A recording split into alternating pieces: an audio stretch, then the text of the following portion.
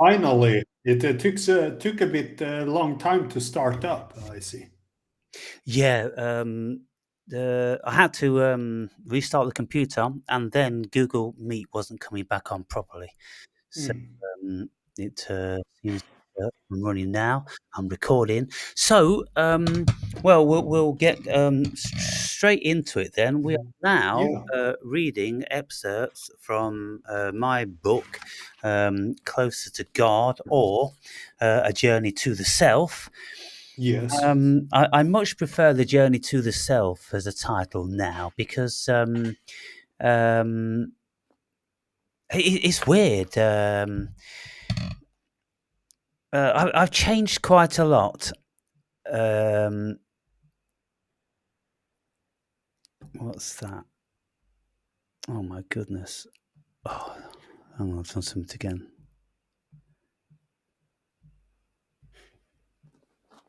You said you changed a lot. Yeah, I'm just fiddling around. Show that's it. I I've changed a lot over this past 2 years. Um,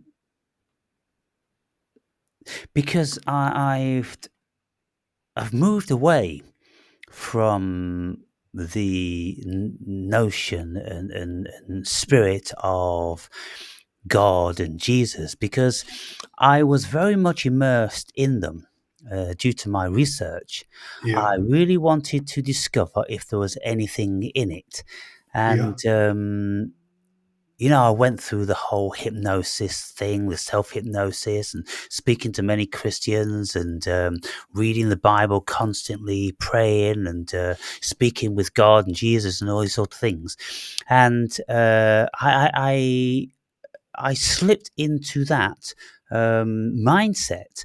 And I knew I was doing it. And I even said in the book that I was self hypnotizing myself for about a 6 week period, praying to God and Jesus to see Yeah. if anything else manifests. And I concluded that yes, because it is self hypnosis, Yeah. we can kid ourselves more and more and more with our faith and with our belief system. It's a Yeah. very, very powerful tool. And it's not only with religion. I mean, look at the whole of the spectrum of religion. That's what people do. Yeah. And they do it very, very equally with Islam as they do Christianity and Judaism. They achieve the same thing, the exact same thing, that their connection with God. And, I was doing that and I was proving it to Yeah. be a thing. And I worked it out that it's all psychology, it's all hypnosis, it's all self indoctrination. We can invent whatever we want to. That's what consciousness does. We are God. And so, in the end of this book, I Yeah. state what I have discovered. And so 2 years on, having wrote that, Yeah. um, I changed the title to A Journey to the Self because it's much more befitting. And, what is the self? Well, the self is God. The self is Yeah. consciousness. The self is everything because if you or I die, according to us, there is nothing. The Yeah. whole cosmos dies with us. Yeah. As we know it in this physical Yeah. form, whether we Yeah. continue to live, exist in another, dimension, or whether we go back to source and realize that we are God dreaming everybody and things, well, Yeah. who knows? But one thing's for sure: if there's no more Andre or Aaron, then as far as we're concerned now, the world ends when we end. So therefore, we must be God. Well, at Yeah. least God, as far as our cosmos is concerned. It's nobody else's cosmos. Yeah. Nobody shares the cosmos or anything, precisely, exactly. We've got a little bit of a simile. We have loose connections and this, that, and the other, Yeah. but nobody shares each other's consciousness until maybe we go back to source. So, Yeah. Yeah. I am now very happy that I've changed the title. And In actual fact, I've kind of like I've become a bit of a witch hunter Yeah, for Christians and religious folk yeah, because I've absolutely proved it to myself that it is all mind, and so it just looks very stupid to me. It just looks very yeah, stupid. yeah. I mean, the last book I also read, it was a Christian book, and I really liked it though. But it didn't got me convinced about Christianity What's or. it called? What's it called? Oh yeah, yeah, gurus, young men. Okay. Yeah, I really enjoyed the book, but it did not got me convinced about Orthodox Christianity or anything like that. But I was very esoteric things within that book, you know. Mhm. It talked about, uh, I mean, the monks. They had like telepathic powers and so on, you know. And this is a real based book, you know, of Mhm. existing people. So yeah, uh, Uh, but it doesn't serve the purpose of convincing me like it would do for many other people, maybe. yeah, yeah, that's it. Um, but you know, when we look into anybody really, if we look into Anton LaVey, you know, the Yeah, founder of the Satanistic sect, and yeah, then you look at Aleister Crowley and yeah, uh, people that really believed that they could enter into other realms. You see, Aleister Crowley, you know, went big into, you know, black magic and, you know, wanted to conjure up demons and, you know, all this different sort of stuff. And the more you read about it, the more you indoctrinate yourself, the more you do recitations and think these things and, you know, put on the gowns and light the candles and, you know, you do all this stuff. Well, you're yeah, convincing yourself about things, and then the mind will start to give you what you're asking for. yeah. You're creating the atmosphere through like a work of art or something. Yeah. And you know, I years ago was reading books about Elvis Presley, and his entourage wrote books about him because he never wrote any books himself. And they used to say that, you know, Elvis started to believe that he was some like Messiah, God type person because everybody put him on the pedestal. Elvis is the king. You know, America's had, you know, whatever it was at the time, 41 presidents, but only one king. And he used to think he could move the clouds. And he used to stop his cars, you know, with his bodyguards and everything. And he used to get out and he'd hold his hands in the sky like this, you know, Yeah, like moving clouds. And the people who were writing the book, his bodyguards and things like that, used to say, well, of course the clouds were moving anyway. But we all went, yeah, Elvis, yeah, it's moving.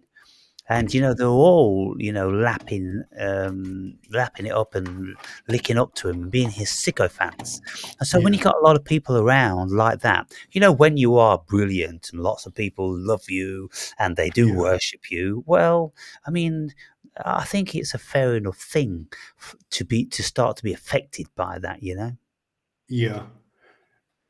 It's also the capability of being honest with other people to say you must look at the and look at me as well and see that you should trust yourself first and foremost. Don't trust me, you know.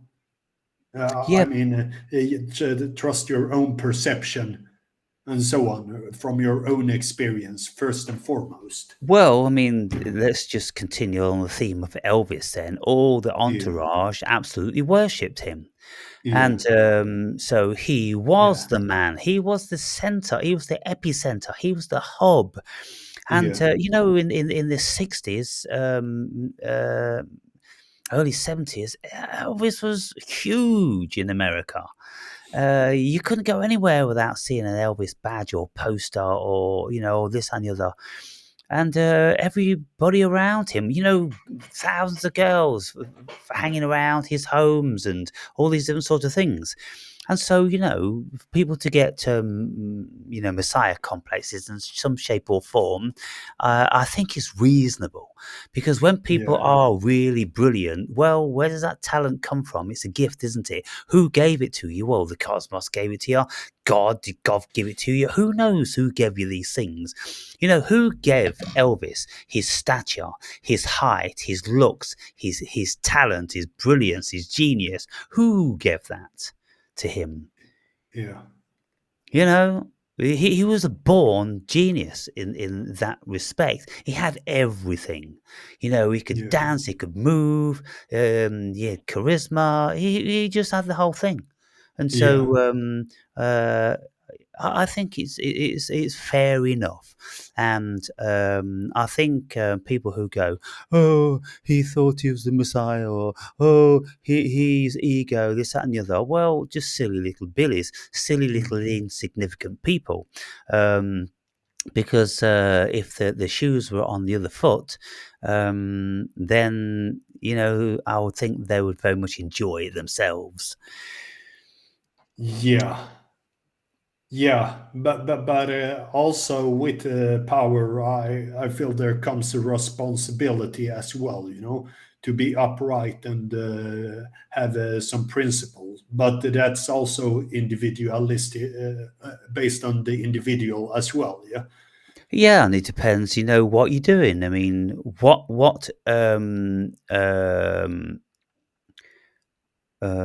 burden did Elvis have to carry just because he was a yeah, brilliant singer? None. yeah, He didn't have no, no burden. He didn't have no responsibility. If people didn't like his music, don't fucking listen. Um, and all this stuff like when the Beatles were starting taking LSD, and yeah, a reporter asked Paul McCartney, "Have you ever taken LSD?" And he said, "Yeah."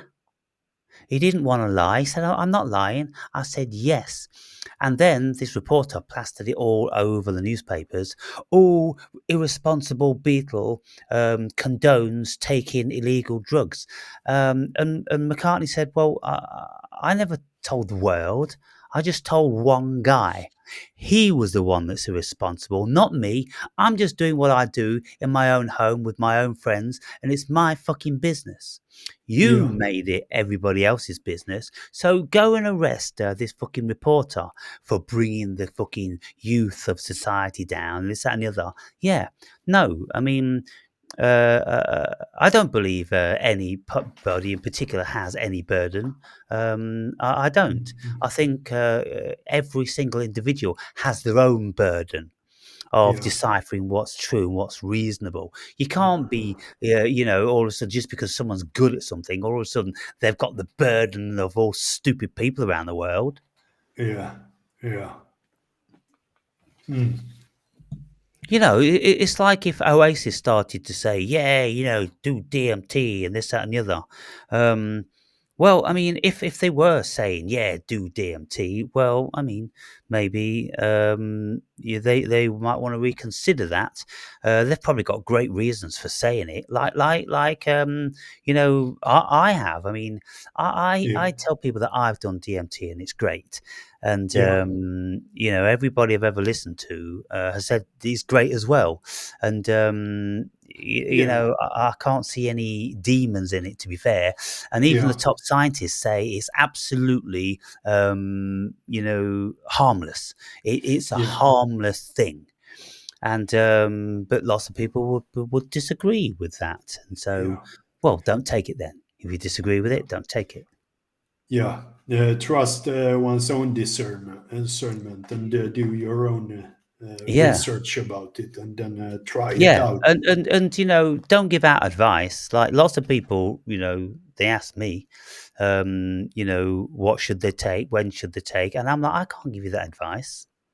Yeah, I don't know who you are. I don't know what mental state you're in. I don't yeah, know what your history is, your childhood. I know nothing about you. I can't get involved with that. That's ridiculous. I'm not a messiah. I'm not, a super qualified psychiatrist or psychotherapist or anything like this. I'm not giving out any advice like that. And anything I say, I always say to people, don't be believing anything I say. Yeah. That made me think about that video about the guy you met at the gym. I really like that story you had telling there about the guy you Yeah, met at the gym. yeah. You see, I knew him over several years. We've had Yeah, very, very deep conversations. He told me many, many intimate things, and he told me that it was very likely that he's going to kill himself within 2 years yeah, unless shit turns around. And so then I'm like, well, what am I going to do here? You know, should I tell him or should I just let him die? If he dies, if he kills himself, oh, it's so tragic about this guy. I'm like, yeah, and I could have helped him. So it's a difficult one, isn't it? But because yeah, I have told them many times, and I know many, many people listen to many, many stories, and I know that they are harmless. And okay, people can have a little bit of a bad trip, but I've never ever heard anybody wanting to kill themselves, having taken it or whilst on it. And if anybody ever tells those stories, I wouldn't believe it in a second. I would think it's a psyops. And so I made a decision. yeah. I will. I just a couple of weeks ago took some mushrooms. It was a long time since I did it last time. Right. I just took 1.8. Next time I will take 2.5 And what just were to they? What were they? Samalicita. Right, okay, yeah. I mean, that sort of thing, I mean, we're all different, but I can take 2 grams and I won't really even know it. Oh, really? Yeah, Uh, yeah, my first like 30 trips or something like that. I always took magic mushrooms on an empty stomach where I have fasted for at least 24 hours until I take it. right. Yeah, well, And I'd always then I recognize it comes some lot stronger, but I recognize that I really like to eat something before it also. mm, Otherwise you get so cold and freezy. yeah, that's the shrooms make you cold, but, I, wash mine down with a bottle of beer. And so on an empty stomach, so I get the buzz from the beer, and some people say that alcohol, makes these things even more potent. I've never really, found it to be that way. And I drink whilst I'm taking DMT as well, and to be quite honest, I've never noticed any difference. But I won't really start to feel anything unless it's like 3 grams.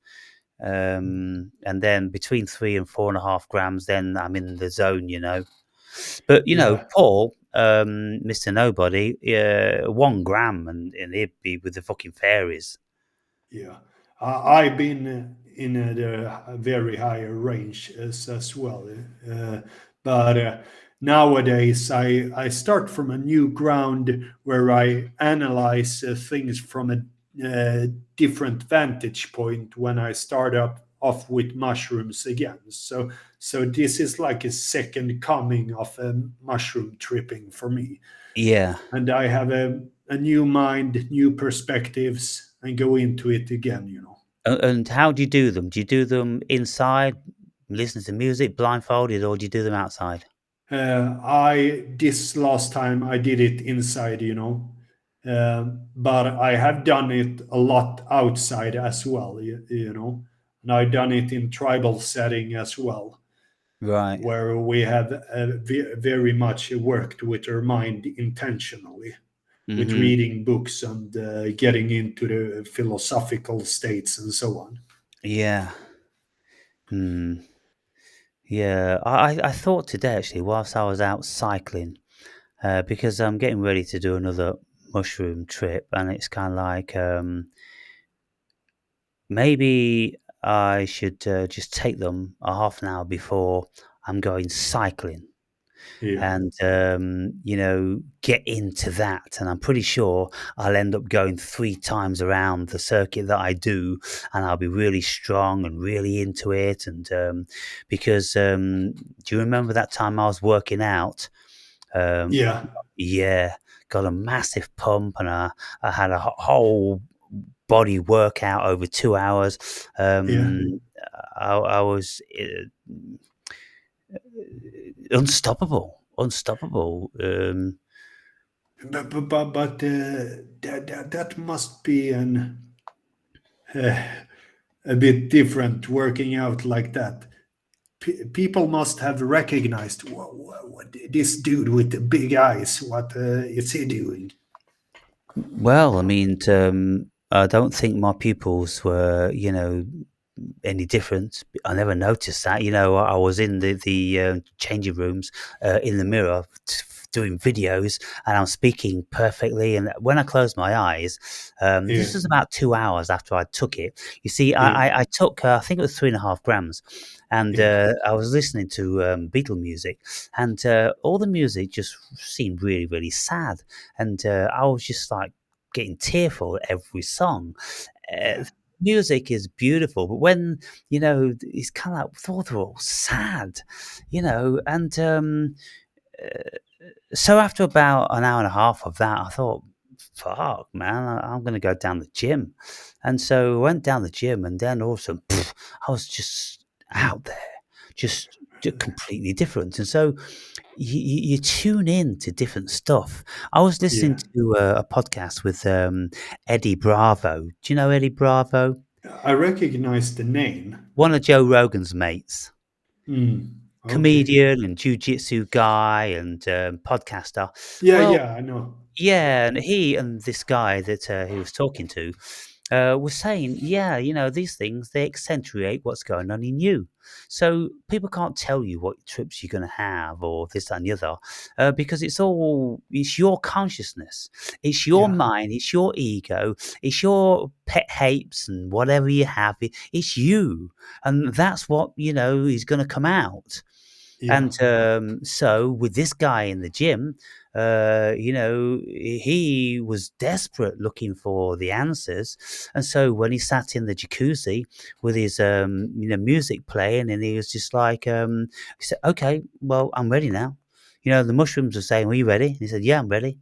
Okay. And then it was kind of like a gentle discourse about all of his relationships and what he's been doing and the abuse and the pharmaceuticals he's been taking and of course the cocaine and all that. And he just had a very, very good therapy session with the mushroom. And when he came out, he says, "I ain't never touching cocaine again. In actual fact, I ain't never touching any pharmaceuticals again."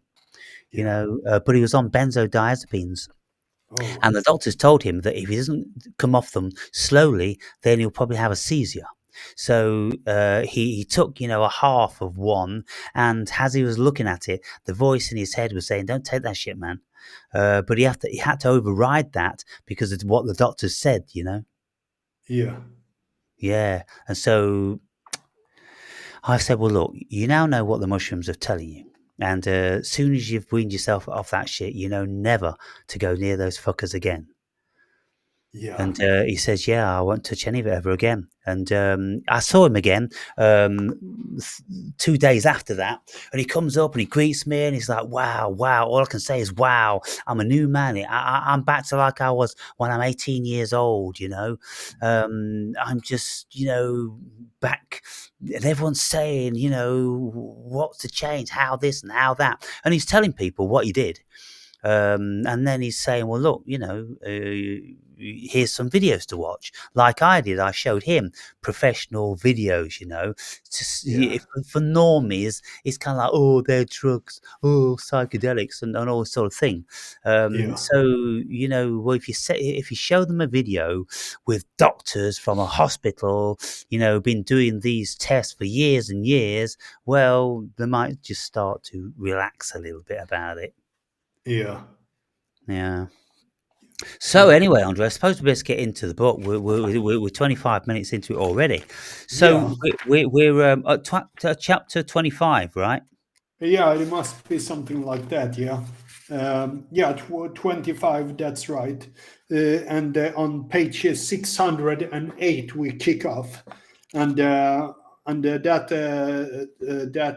part goes to 609 also. So, Right. Well, let me just read the first little bit. Um, Chapter 25 is the cosmos a simulation? yeah. So here I say, equipped with the Occam's razor heuristic method of approach. The Occam's razor heuristic is like you take the most simplest of explanations for anything if you want to try and resolve a problem, and usually you'll be right. And so I adopted that approach with asking, are we in a simulation? And so I say here, I will proceed to the next level of my inquiry, the theory that the cosmos is a simulation. I favour this theory because it is the most elementary when familiar with other prominent origin hypotheses. As far as I can tell, every other origin hypothesis would sit nicely inside the simulation theory. Origin of man, origin of the human being. So every other hypothesis of the origin of the human being would sit well within the simulation theory, from the hypothesis of God to evolution. So it says here, before I summarize why I have arrived at this carefully pondered synopsis, I will post a suitable account of the simulation theory from the man who coined the term. And then I post here what Nick Bostrom has said about the simulation theory. So you are then going to skip a few pages, and you're coming in at 608. yeah. So, if you think that there is a chance that the simulator of this world happens to be, say, a true to faith descendant of some Hang on, Andre. contemporary. Where are you starting from? I'm trying to follow you. What line are you starting from? I'm furthest down at 1, 2, 3, 4, 5, 6. The sixth last, um, yeah, line, Oh so yeah, to yeah, yeah. speak. Okay, so If, 6 lines from the bottom. yeah. Okay. So, if you think that there is a chance that the simulator of this world happens to be, say, a true to faith descendant of some contemporary Christian fundamentalist, you might conjecture that he or she has set up the simulation in such a way that the simulated beings will be rewarded or punished according to Christian moral criteria.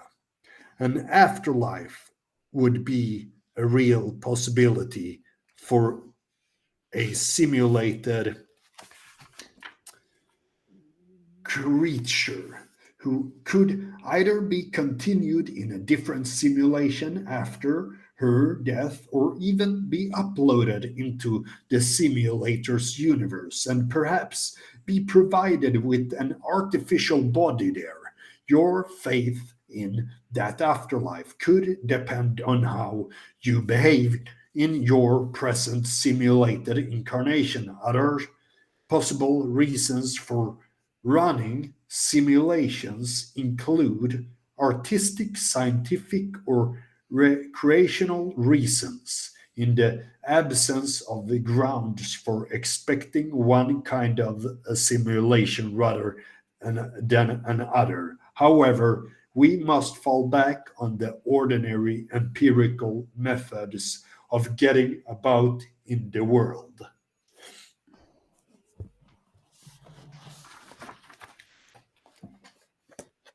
So, yeah, it comes to being able to use it even if you're a Christian, you can believe in the simulation theory as well. Uh, that doesn't set any problematic aspect to it, really, if you think about it. Yes. So what I Uh, said in the beginning, I said the simulation theory fits in with all other origin theories, and yeah, so if Christians believe that God created the world, well, isn't that a variety of a simulation? yeah, yeah. You can absolutely call it there. That Yeah, much of the time it's like a choice of a word that creates yeah. a certain thought about it and And so if on. Christians believe that this isn't the real world is walking alongside Jesus and God themselves, then this is something that God made. So it's not Yeah, from His world; it's a fabricated world. So it is natural factor simulation. So yeah. again, it just fits, doesn't it?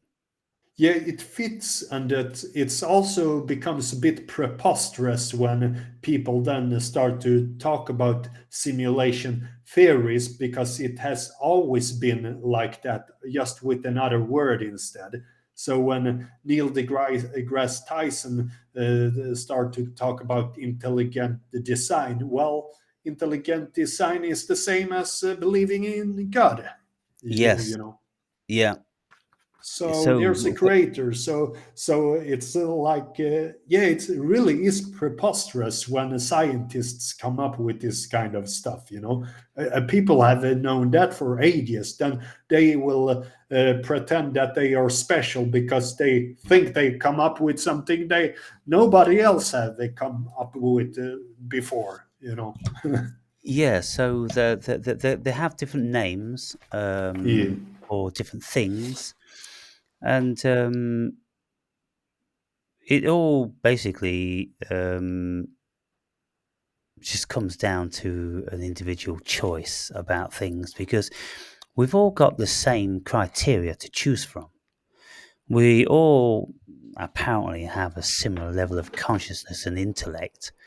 So we have the tools to choose from the criteria which are similar, and yet we have a genetic makeup or a preference or a bias to choose something else. Now, if we look at people like Tyson, who are thinking that, well, you see, he's not convinced, because he's always saying he's still waiting for someone to prove to him that we're not in a simulation. But because he's a scientist and he's in the scientific fraternity, he mostly speaks from that realm. He doesn't start speaking from God made everything or, everything came out of cosmic consciousness, albeit, he's familiar with all of the quantum physics varieties of explanations, which of course are bewildering in their own right. And so it's all down to whatever belief we're comfortable with. But yeah, when we look at, let's say, when Neil deGrasse Tyson is sure because he's speaking to people like um, uh, Simon Gates, I think. I don't know it's Simon Gates or he's this black theoretical physicist, and he's always on the circuits. And he's saying, well, look, the cosmos is written in binary. Well, if the cosmos is written in binary, then that then means that it's a simulation. Because if everything is absolutely reducible to binary, and there's nothing beyond, and there's nothing that we can't work out, and there's nothing that we can't replicate through that binary, through that juggling of the zeros and ones, then we too could make this simulation with sufficient advancement in technology. yeah, and that's what one does when creating a computer game as well, in a way. Yes, and so this is Nick Bostrom's argument. He's saying, well, look, it's most likely that we are in a simulation because if we have got to a situation where we could create one, then we're in it. um, uh, or if humanity got to a situation whereby they blew themselves up, then we wouldn't exist. Or the other alternative is that we don't have the technology um, to create one. But well, we don't know that for sure because that's why we could be simulated.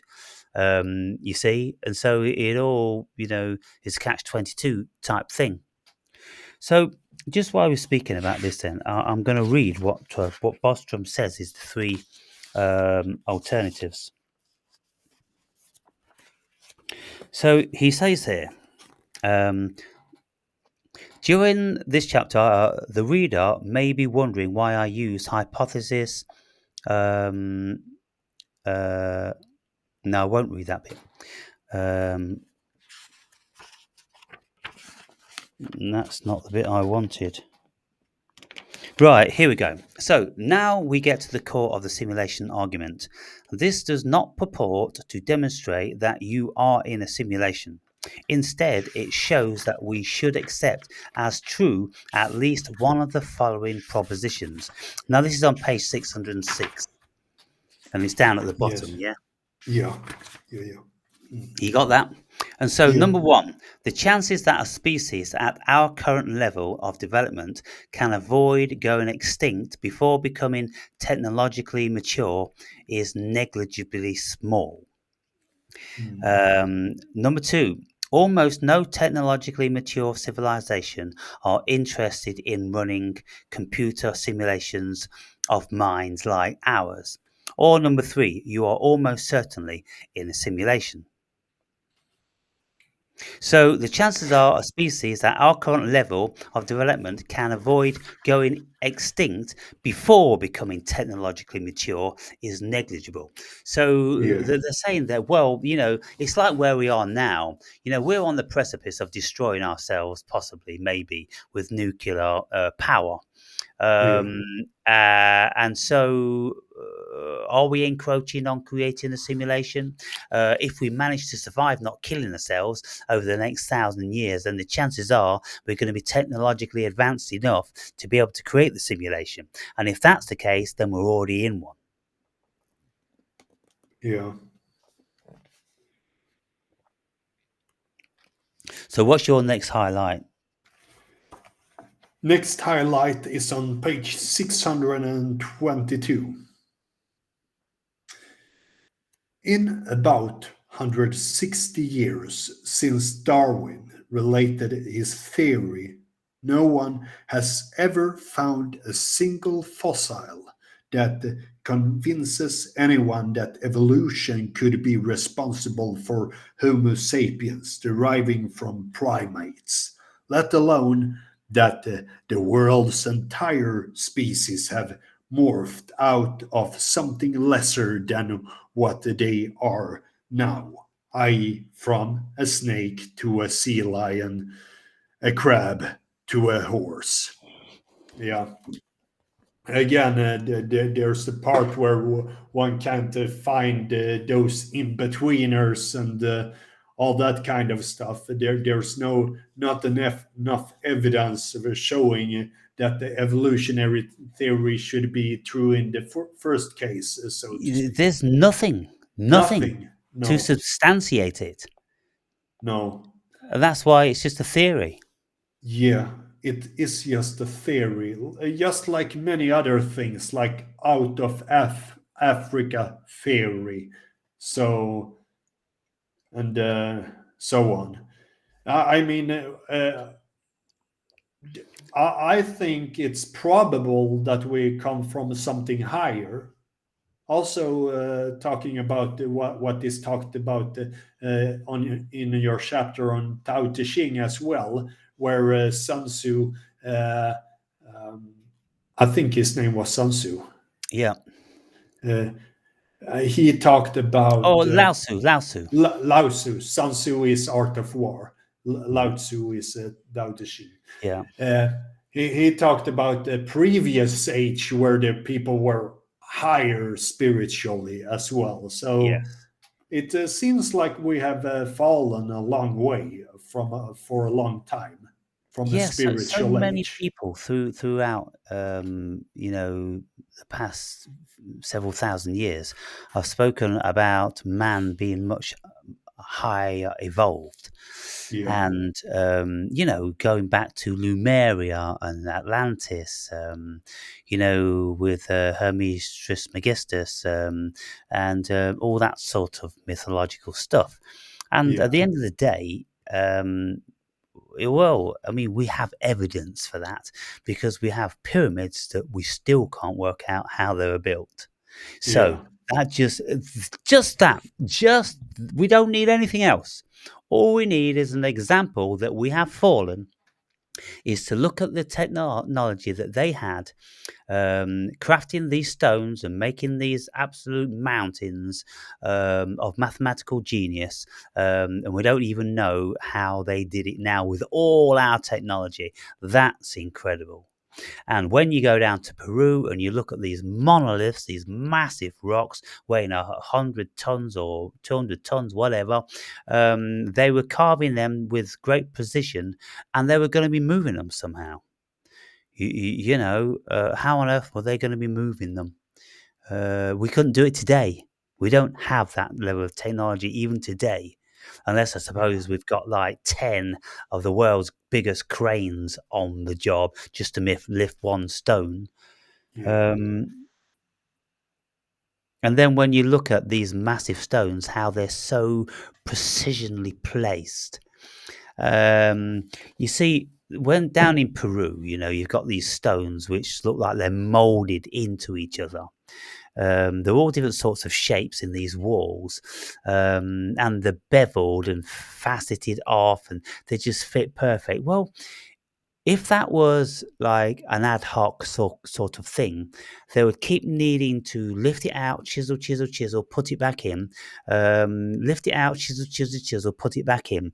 The only way they could just do that once with absolute precision, if it was some sort of machine, some sort of geometry control device, which cut it in such a way which it knew exactly was going to fit, like a machine cutting out a jigsaw puzzle. That's what it would have needed to have been. Because when you've got rocks which weigh 10 tons, well, nobody's going to be lifting them up and down, up and down, up and down, probably like 1,000 times, while someone chips a little bit off with a copper chisel or a pumice stone. It's ridiculous. yeah, So they most certainly has some sort of anti-gravity technology alongside um, uh, some other technology which just enabled them just to fit massive rocks so perfectly together like this, where you can't even get a razor blade in any of the gaps. yeah, So yeah, we've fallen for sure. yeah. So on page 624, the only miracle that ever took place that was perceivable by a rational mind was that of people foolishly believing in them. Yeah, that talks about the foolishness of directly believing what the Bible says about walking on water and talking to bushes and all kinds of more preposterous things and so on. But at the same time, who who the fuck knows? No one was there to see it anyway, you know. Yeah.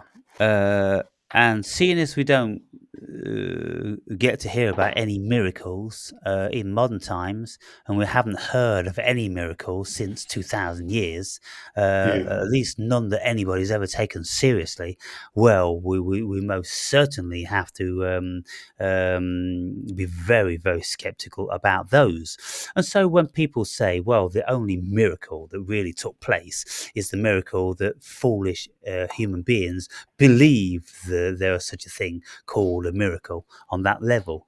Um, yeah, And but it's not even really that, because if you ask people today, do you believe that Jesus walked on water? Um, Unless they're fundamental Christians, like in the Bible Belt in America, I think most people would say, no, I don't believe in that. But I do believe that Jesus is a spirit, and, there's something else, but I don't know what it is. And because people, they're not scholars, they don't think about it, they don't study the Bible. Um, uh, and those that, are pretty fundamentalists and they do study the Bible, I suppose I could be called a fundamentalist in some shape or form, or maybe a level of scholar, because I've studied it for many, many years now. Um, and I have some sort of draw to it. I'm fascinated with human psychology, and religion is one of the greatest facets of human psychology. And so I want to know how it works its wizardry on the mind. And during my investigation, I'm reasonably assured at this moment in time that I know it stems from human psychology. It stems from self hypnosis and propaganda and global hypnosis and all this. We absolutely know the power of hypnosis, and so we can see it working in so many other realms. So it's just a natural conclusion to know that that's how it's worked with religion, isn't it? But it's at the same time, it could be both at the same time, you know. High, What? like if we would take hypnosis, yes, you get hypnotized, but is there a spirit also stepping in, and taking over as well? So Mm, it could be both at the yeah, same time. yeah, it could be. Yeah, Because I've had things that are very, very difficult to rationalize. And I think many, many people have, seeing paranormal things, hearing voices, and there's a lot of very, very wacky. So I don't discount the supernatural. I don't discount that there could be gods of some variety, because throughout mythology, they've spoken about them in the finest of detail. And I'm yeah, reading Madame Blavatsky's books now in relation to that. yeah, All over the world, they've written, scriptures about all this stuff. And it's kind of like, well, what drives a human being to write all this stuff and to cherish it and to guard these scriptures and, to create secret societies and keep this stuff hidden? What on earth is it? Well, they've obviously had experiences. What were those experiences? Who knows? But if I, um, like I have done in this book, conveyed all the supernatural experiences that I've had, I should be a believer in a God of some description. And I am the God of consciousness. That's the God I've chosen.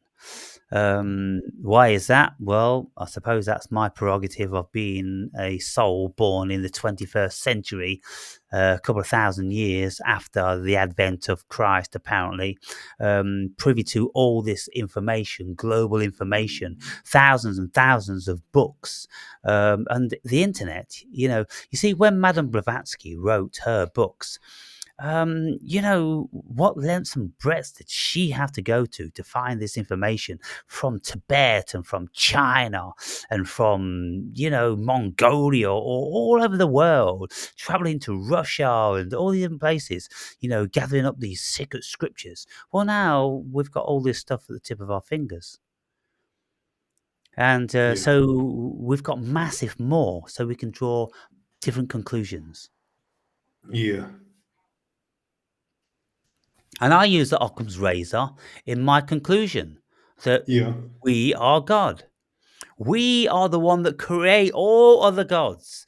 They manifest out of consciousness. And so we can dismiss this silly little human being, but we can't dismiss the consciousness, because the consciousness is key. The consciousness is that which we don't know anything about. So, in my estimation, obviously, naturally, that's God. If we don't know anything about it and yet we are it, or we're being dreamt by it, or whatever, then surely that's God. That makes sense, doesn't it? We don't need a man in the fucking sky. We don't need burning bushes or fucking freaks walking on water.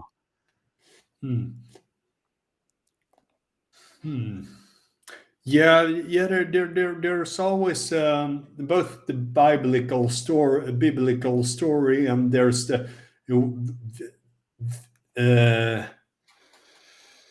weaved into the biblical story. Maxwell talks about there being an astrological story weaved into Oh, the absolutely. Bible. Yeah, the Yeah, whole thing about the birth of Christ, it's all astrology, without a yeah, doubt. The 12 apostles, well, it's the 12 star constellations. yeah. The Son of God is the sun in the sky. Yeah, And and the when, Lamb of God is like also a constellation, so to speak. The Aries, I Aries, think. Yeah, yeah, and the fish, well, that's Pisces, isn't it? yeah, Oh, it's all astrology. Yeah. yeah, indeed.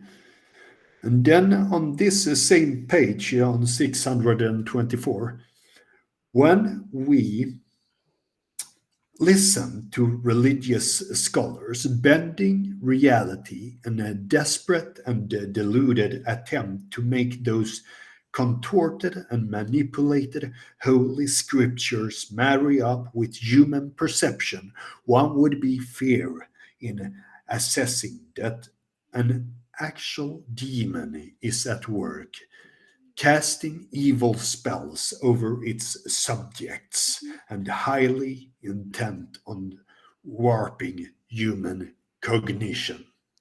Yeah. Yeah, people do all mind gymnastics or brain gymnastics Oh, to get absolutely. around it, you know. Yeah, Isn't it the other? It's this, and if this doesn't fit, let's take it from an other vantage point. But it's not like this. They mean here. Sometimes they say, "Oh, yeah, but this is as should be understood symbolically." No, but this should be understood as being real. So when do we discern when it's only symbolic and when it's only real, or when it's both, you know? yeah, when they choose to. And if it's supposed Yeah, to be the word of God, then why is God using symbology or and euphemisms and allegories and all that sort of thing? Why didn't just tell it the way it is? You know. yeah, So yeah, they're just they are the best gymnasts in the world, worming and weaseling their way around every single thing, and they're so annoying. They're so despicable, these creatures, yeah, because they leave all rational thinking out of their assessment, and they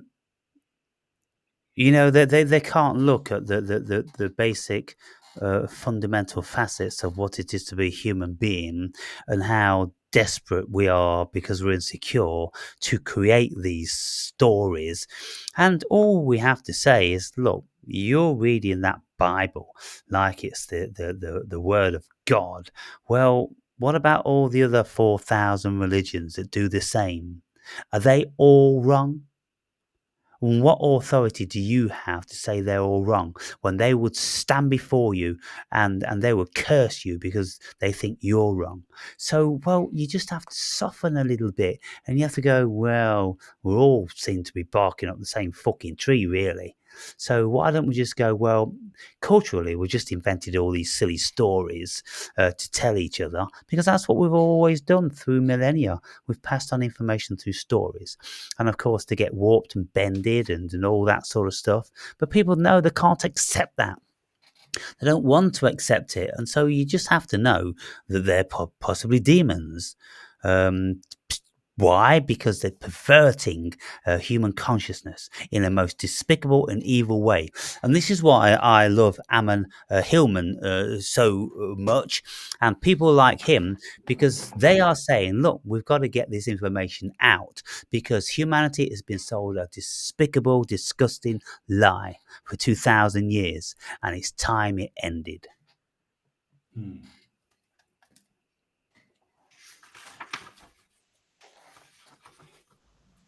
Next underlining is on chapter 26, the last chapter, you know. Yeah. Wow. Something. What Jumped do a you lot of say? pages there.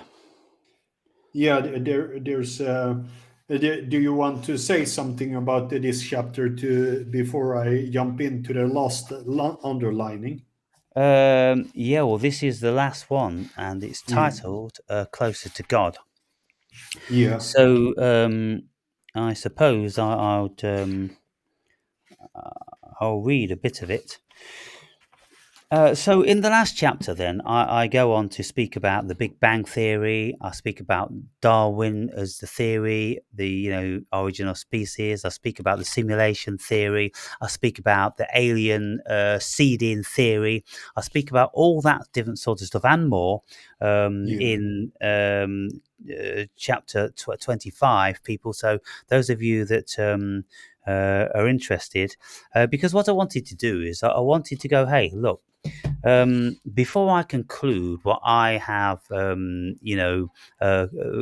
concluded in my life, I want to let you know that I've not dismissed all the other theories out there, and I have investigated them all. I've looked into them a great deal, and I actually read Darwin's Origin of Species, which is an 800-page book, and it's very dense. It's a scientific thing, as much as it could be scientific, written at that time.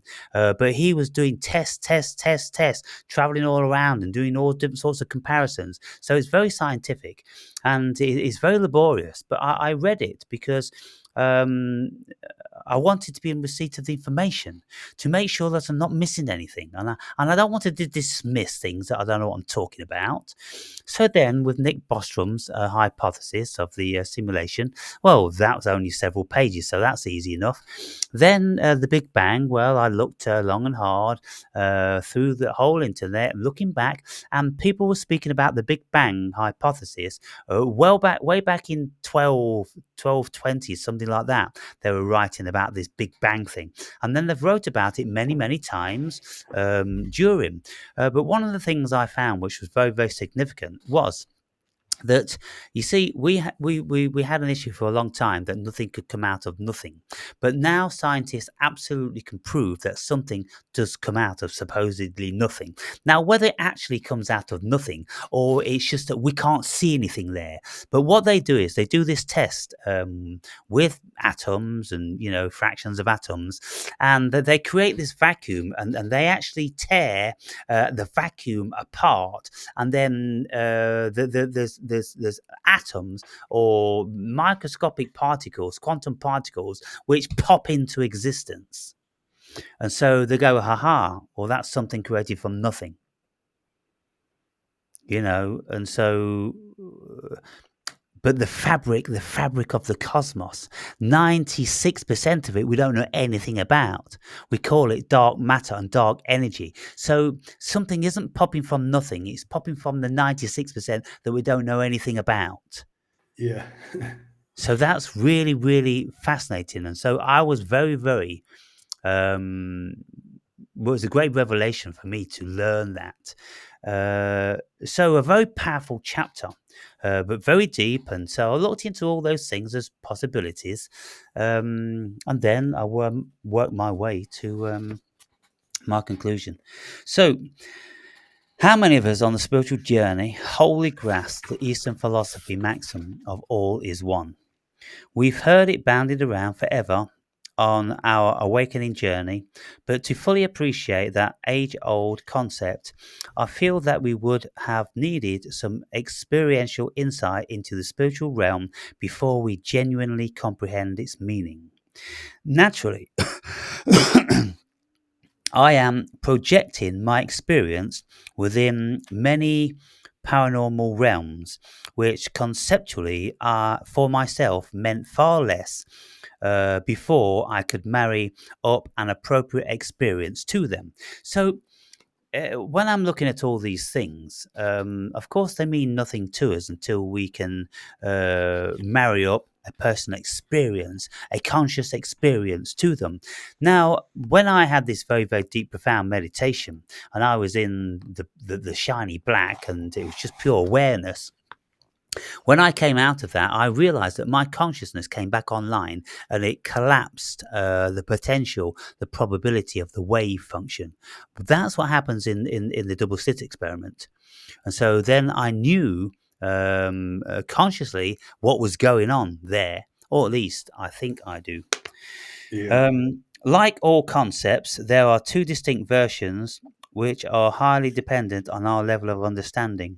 One version is truly knowing what the concept refers to via actual experience, and the other is only thinking that we know by searching our experiential archives for some shadow of a semblance of something that loosely fits the conceptual ideation.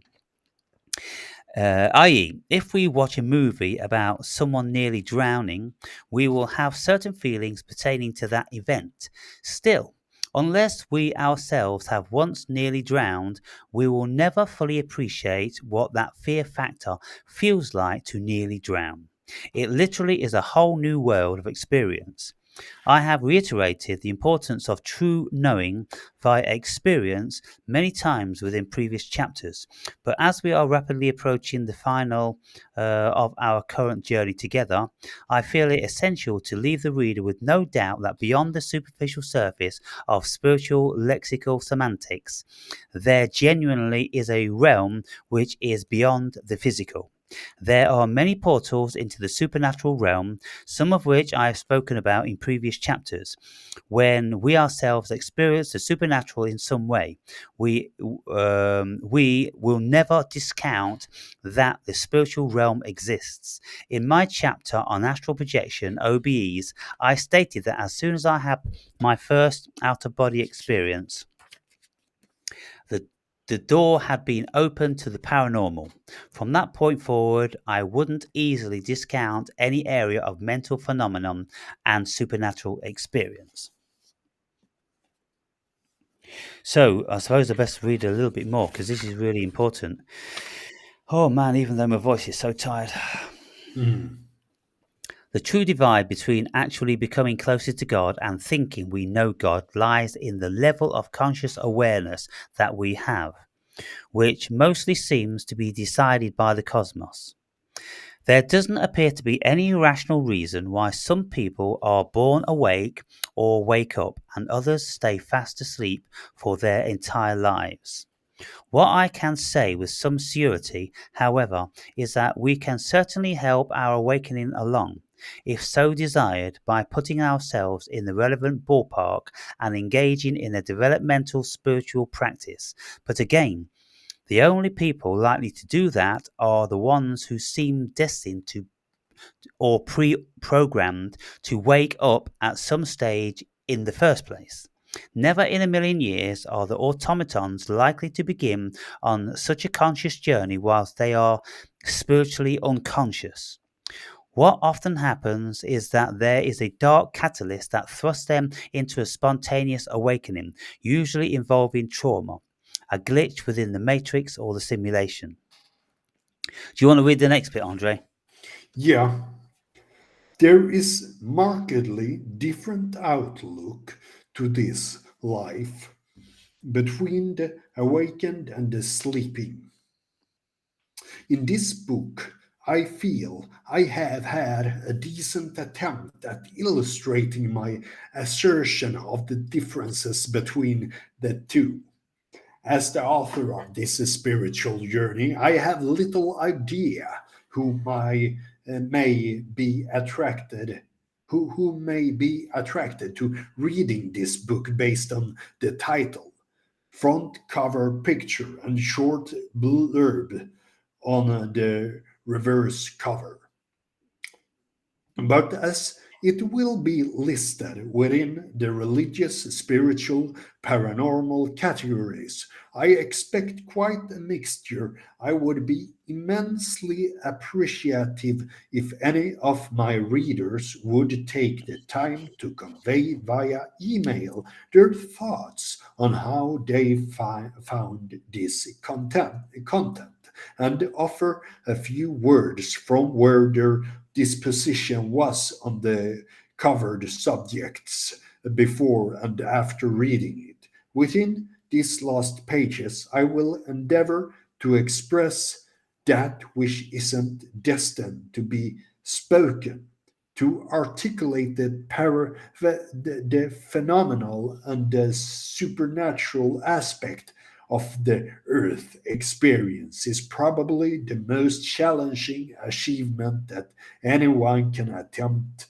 alongside explaining quantum mechanics. So, for How any of to, yeah. hang on, just for any of the viewers that are listening to this who have purchased the book, I'm always appealing to you if you can put a review on Amazon under the book which you purchased, whether it's Closer to God or whether it's A Journey to the Self. That is very much appreciated, and of course, it helps people assessing whether they consider the book is of value to them. Um, Outside of that, I request that you send me an email, and the email is on my homepage. You can find that there, or you can ask for it, and you can tell me what you found in the book that moved you. Tell me how you thought about certain subject matter before you read the book, and then after, and whether your mind had been changed or enlightened in any shape or form from what you have read. Do you want to read the next bit, Andre? Yeah, of course. How to know God. I will use the following analogy to reason my point further. If we imagine that we are inside a globe of mirrors, like a regular hall of mirrors, only with innumerable mirrors that reflects our image from every conceivable perspective, we will see reflections of reflections, many of which we will have never seen before because they are from every perceivable perspective.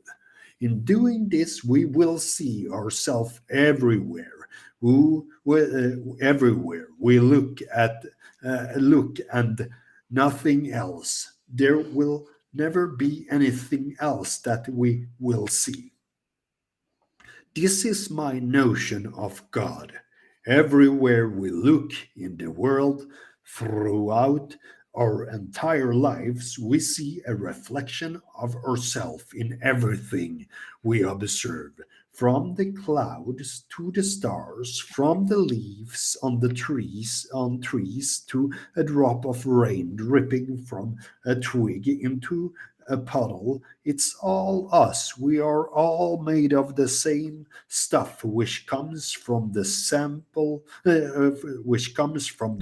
place.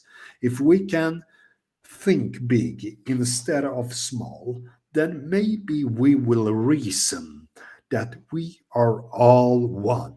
Call it spirit, God, Brahman, the Tao, consciousness, the inexplicable creator of all things. If we reflect philosophically upon this pervasive cosmic puzzle, we may consider that without our individuated speck of consciousness, there would be nothing. From this philosophical vantage, we can see that we are a facet of the mind of God because we create everything via our consciousness, which is the cosmic mind of all creation. Whatever the essence of the cosmos is, we are it. So, when we are assessing the world, religions, what God is and all this, that, and the other. Well, if we turn our thoughts into ourselves, then everything is emanating from us. The whole world is, in actual fact, in our consciousness, supposedly in our brain, but if you don't consider the brains to exist, because they don't actually on a fundamental level, but even if you thought brains do exist, then everything that we experience goes on in the complete and utter blackness of our skull. So the sun and the stars and the moon and all this different stuff is going on in the complete blackness of like a computer, effectively creating the illusion of light. And, because how can light manifest in pitch black? That's actually what is supposed to happen with the human being. It's so outlandish and preposterous that that's why I just don't believe it. I believe that we are all mini me's homunculus in the mind of God. That's why we appear to be able to see all these wonderful things, just like dream avatars do when we are dreaming. You see, when we are an avatar in our own minds and we're acting out stuff in our dreams, we think we can see, feel, hear, and taste and everything, don't we? I recited my dream of Joe Rogan, and I could smell absolutely powerfully the smell of chocolate cake and all the different things I was doing. It was my homunculus in the darkness of the recesses of my consciousness. And so I just rest my case with Occam's razor, the most simplest of things. People, please, why do you try and complicate things with so much nonsense about gods in the sky and this, that, and the other, and planets and cosmoses? It's all being dreamt in the mind of God, and you are just a mini me, a homunculus within that realm, the same as everybody else. That seems to me, my mind, so beautiful, so simple, so perfect, and so without reason or recourse. Why would anybody want to contest that? It seems that it's the most beautiful thing just to imagine that we are the cosmos. If we don't know where our consciousness comes from, then surely everything else is just Maya. It's just illusion because we don't even know what's thinking it, what's feeling it. Mm. So, I'll continue. There is a markedly different outlook to this life between the awakened and the sleeping. In this book, I feel I have decent attempt. You jumped back a bit, you know? Have I? Yeah, it begins on page 658. Right. Yeah, When our yeah. consciousness vacates this human dimension, all that we experience here also disappears, as far as we are concerned. This is because it is all our creation. Nobody ever saw the world as we did, and there is no abstract world that everyone experiences. For example, when a projector is turned off after the movie ends, everything in the movie disappears. Our lives have been our individuated movie projection onto the cosmic cinema screen. When we wake up from a dream, the dream disappears because our consciousness slips into another different facet of ourselves. The consciousness is created, the consciousness that created it. This everyday life that we experience is similar in that we are daydreaming it into existence. The reader may retort that just because our consciousness leaves this dimension doesn't mean that our life for all other things, living things, discontinues to exist here. But how could we know that that is true? So, while I was saying this earlier on, if you and I, when you and I perish, then as far as we're concerned, that every single thing perishes because it's all being projected from our consciousness. We are the projector. Yeah. And so, of course, all of us are projectors. And so people could say, well, no, the world still continues. No, no, no. The world doesn't continue. Your world continues. Mrs. Smith's world continues. Joe Bloggs' world continues. But my world, there is no the world. The world doesn't exist. It's your world, it's the ant's world, it's the bee's world. Every Yeah. single one of them have an individuated world. Yeah. Fact, that is an absolute fact. If anybody wants facts in this dimension, there is no one world. There is only sometimes a general consensus.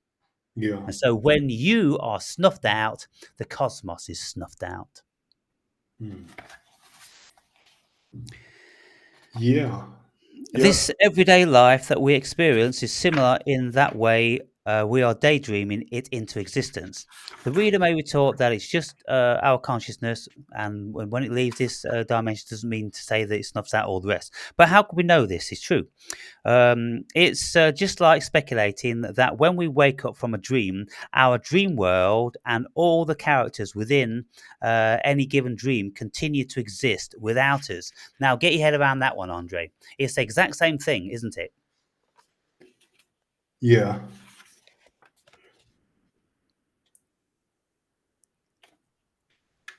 Yeah. If there is a continuum of the dream world, we'll say. Yeah, because, Yeah.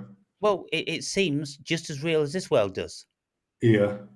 And yet, when we wake up, we think that that dream world isn't no longer there. I don't believe that's the case. I believe that these dream worlds are parallel dimensions and they Yeah. do continue to exist. And then we go back to them and we pop into this part and that part. And this is why in this book I speak about visiting my deceased father, who isn't Yeah. dead.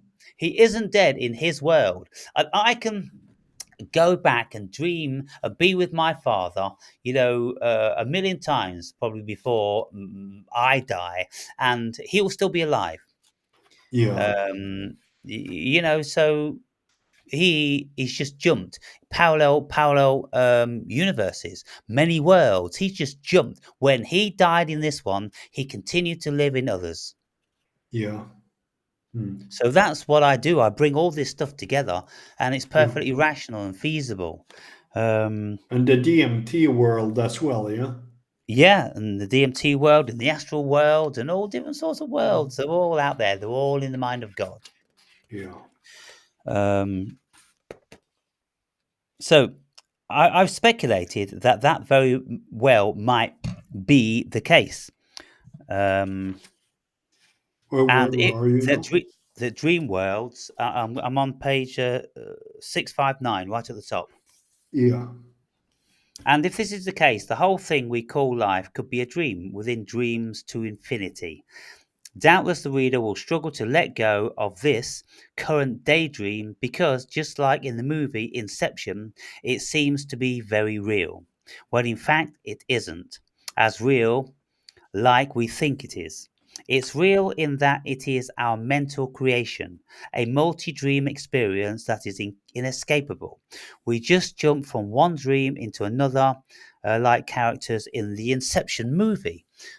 People, they go into a dream and they enter into other people's dreams and try to manipulate other people in their dreams.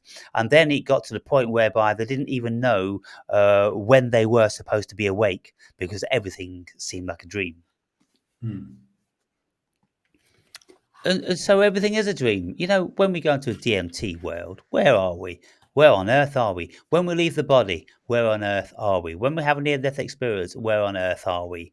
When we have all these different myriad of varying conscious states, when we dissociated from this body and this world, where are we? Because when I go out into the astral, I'm in the astral. I've got no recollection or awareness of my body being in bed. I am in the astral. I'm Yeah. licking pussy in the astral, Yeah. or I'm chasing after shadow beings, or some fucking thing.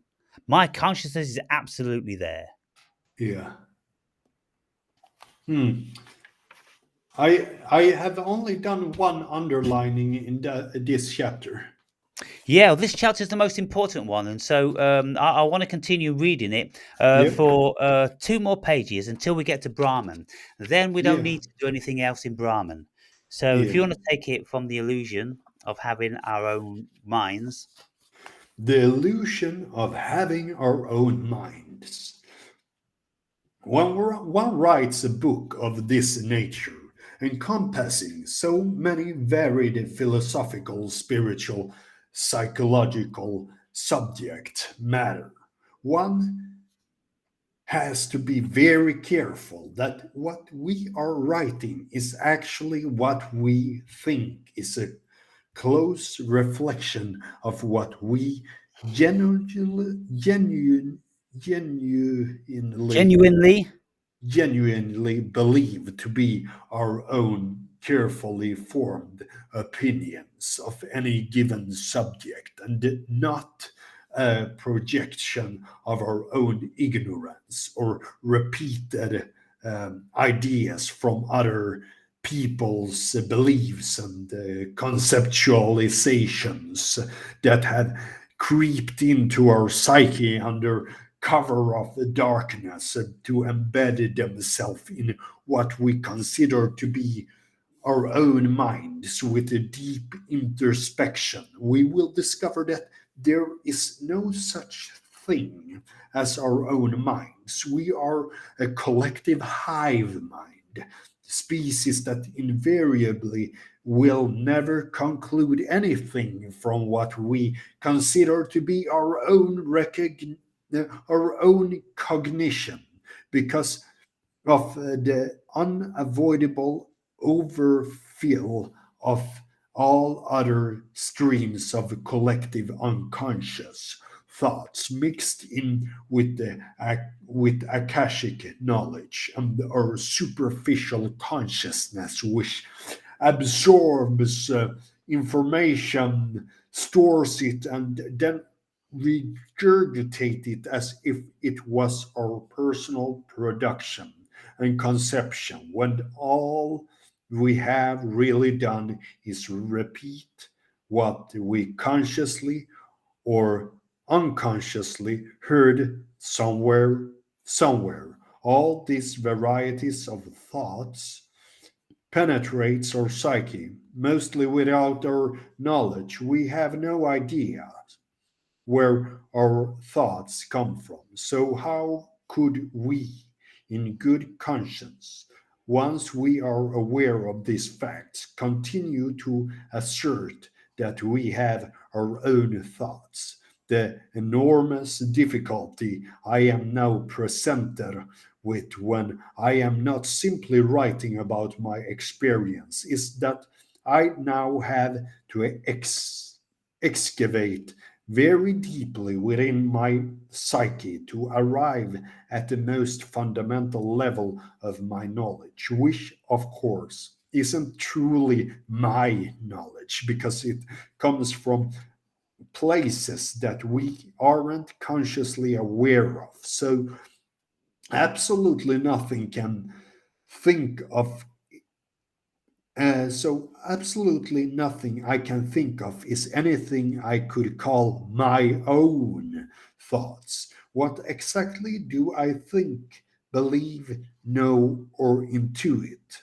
Do I ever have any genuinely original thoughts, or has everything already been said by someone else? yes, let's just pause there for a moment. So I'm saying that, everything that comes out of our mouths it comes from the collective consciousness. It comes from the collective unconscious. It comes from the collective conscious. There's nothing new under the sun. We've got our ideas from everybody else, and we're influenced by everything else. And so, we think we're espousing our own opinions, but there's nothing new under the sun. Somebody's said it and done it somewhere else before 1,000 times or a million times on the earth. And so, what are we? We're a hive mind. What's a hive mind? Consciousness. Everything's coming out of consciousness, and consciousness is speaking to consciousness, and consciousness is fooling and kidding and playing with consciousness. There is nothing else going on except consciousness. So, Yeah. you know, Yeah. these last few pages are really, really important Yeah. because they are the conclusion of everything. And if Yeah. anybody's going to be taking anything from this, then they have to do that themselves. They Yeah. have to say, well, what's my conclusion? What have I come up with? You see, when people finish this book and go, oh, it's just this and it's just that, well, they're stupid.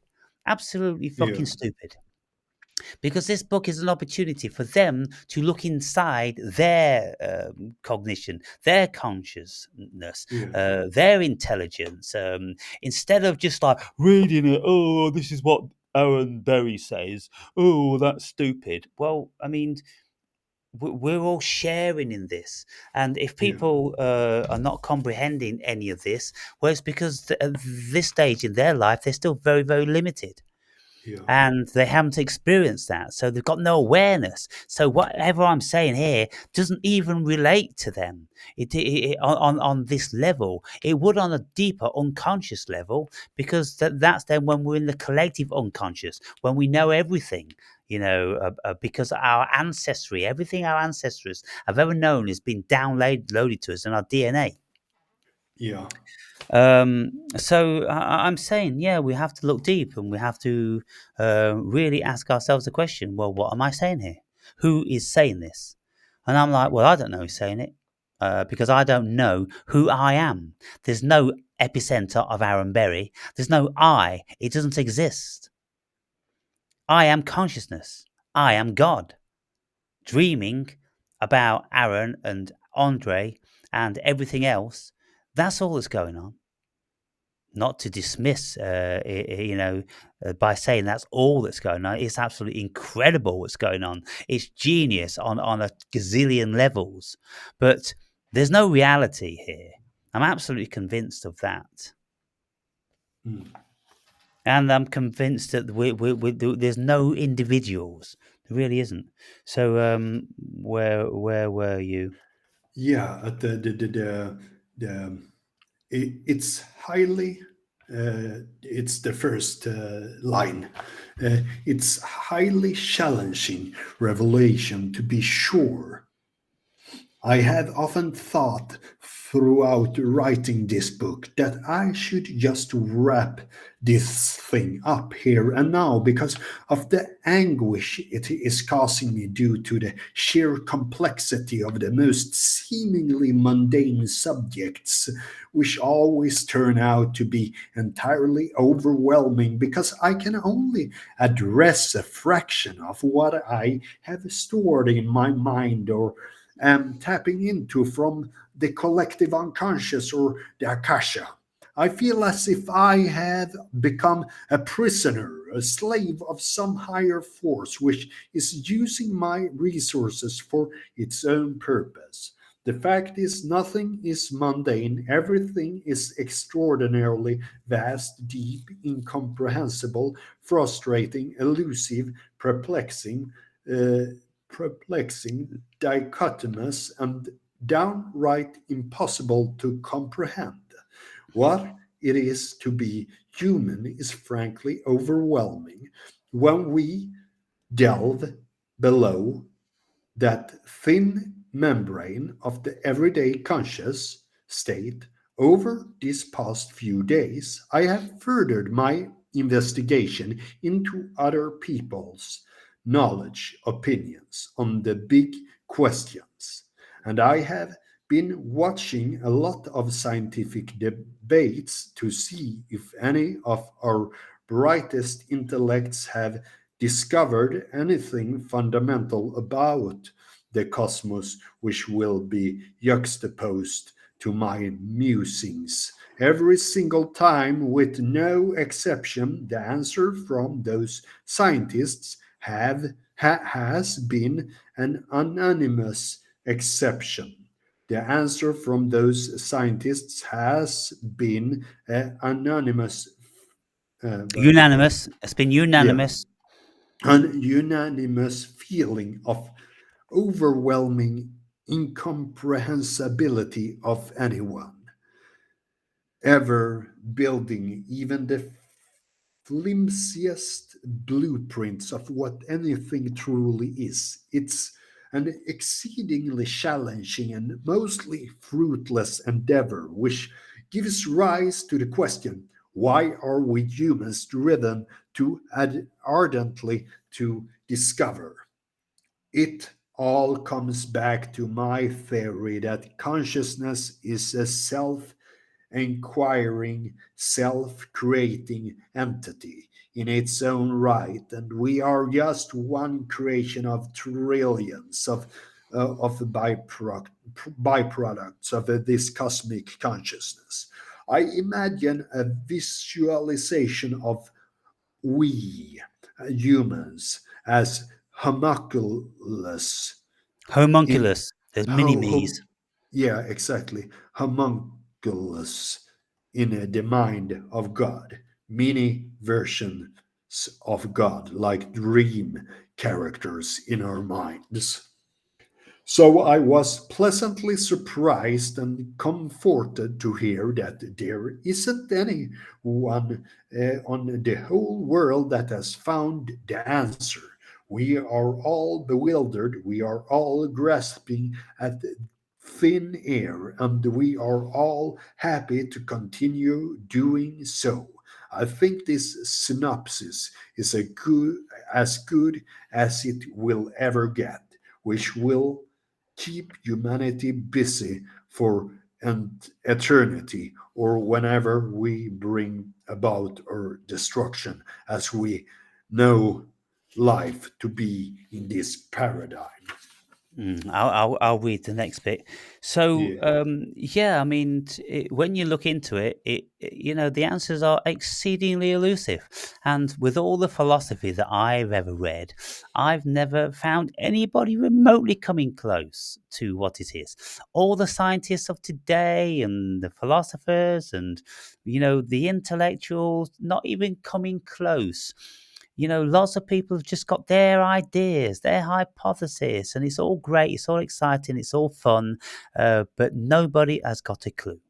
And so, I resign my journey alongside any other of the thinkers which have addressed this in their lives. We all conclude, we all come to the same destination that we just cannot know. So I'll read the next bit. Many scientists profess that they are little more than moles scratching around in the deepest of unfathomable abyss, attempting to find the light switch which will finally bring forth the clarity that they have sought after for all their professional lives. The beauty of the cosmos is that it will hide that light switch forever, because the greatest human attribute is its hunger for knowledge, which is why we have been created to self discover our collective nature of being self creating cosmic consciousness. So we're effectively, dreaming ourselves up and investigating ourselves and playing with ourselves and creating all different sorts of weird and wacky things just to keep a perpetual form of entertainment in the mind of God. Can you imagine? It's exactly the same as our dream mind, Andre. That's what our dream minds do. It perpetually creates dreams and scenarios. Lots of people say, oh, I don't dream. No, you do. Everybody's dreaming all the time. It's just that you don't remember. The mind doesn't have to close down. The body has to close down. It has to rest. The mind doesn't have to. Consciousness doesn't have to. Consciousness never sleeps. So therefore, that's why when the human being is finished with all this sort of stuff, then consciousness continues in the mind, within the brain, in different realms, and you can then continue to visit dead people. You can wine and dine with King Henry VIII or Napoleon. You can do all these crazy things. That's what consciousness loves to do. So yeah, the beauty of the cosmos is that it will hide that light switch forever. because the greatest human attribute is its hunger for knowledge. Now, it might well be that the cosmos itself isn't in receipt of knowing what it is any more than we do, simply because we are the cosmos, searching for its own meaning. We are the ears, the eyes, the brains. Of the cosmos, along with all other living entities. Humans are no more special or important than any other of the incredible creations of God. This is my final synopsis on my amazing journey closer to God, spiritually awakening to the supernatural cosmos. We are one. There is no other. It is all God. Then I go on to say, in recent Yeah, times, I've discovered I several. can read that because there's where my underlining Oh, starts. okay. Uh, In recent times, I discovered several similes between scientists and spiritual religious folk. These similes are that they are all firmly embedded in the human trait of hope. And in that line, I think about the word science and scientist. You know, we say like relationship, we say mentorship. If we would take the Swedish word for science, it's vetenskap. And if we would translate vetenskap into English just right through, what it says in Swedish is knowingship. So it's like knowing is embedded into the Swedish word. So this Right. is something we know. Hmm. I think that is a very deceptive word, especially in the Swedish language. Yes, indeed. So Yeah, that and I was wonder what what the root of science is. Sci-fi, psychology. Spelt different, but the same pronunciation. yeah, I'll have to look that up now you said it. What's the root of science in Latin? yeah. That is something that is really important. Etymology. There's so much to it, but it's very interesting. Yeah, I mean, I think what I'll do is I'm just going to put science etymology. Yeah, Um,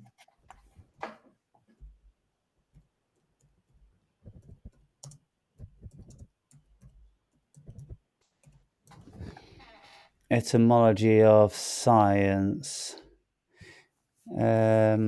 Latin, sciera, scientia. Middle English denoting knowledge, from Old French, from Latin scientia, from sci to know. The main modern sense developed in the late 1800s. So it seems that the root of it is the same in our language as well. yeah. The Huh, word science interesting. comes from the Middle English science or science, which itself is borrowed from the Old French science or science. This in turn originates from the Latin scientia, meaning knowledge, derived from the present participle sciens of the verb scio, which means to know. The term signifies the state or fact of knowing something acquired through study or information. Well, I mean, this is why we've got the word pseudo placed in front of that now, because people don't believe that it's knowledge. No, it's pseudo, Yeah, which is fake. So it's a contradiction. It's fake science, it's fake knowledge, it's fake knowing. And at the end of the day, how many people know what scientists tell us? There's probably 99.999% of the population of the whole globe that are absolutely ignorant to what scientists proclaim they know. So yeah, I'm not buying any of it on account of what liars the human being is. yeah, yeah. Absolutely. We can't know anything because everything is based on people that had big egos as well, and put forth their theories about things, and even the people who write history. Here's a historian here. He's wired this way, and he believes in this political things and these leaders and all that kind of stuff. Yeah, and at the end of the day, with politics behind all this stuff, well, we've just seen in recent times with this COVID nonsense how we should never trust the science again. Yeah. So, um, So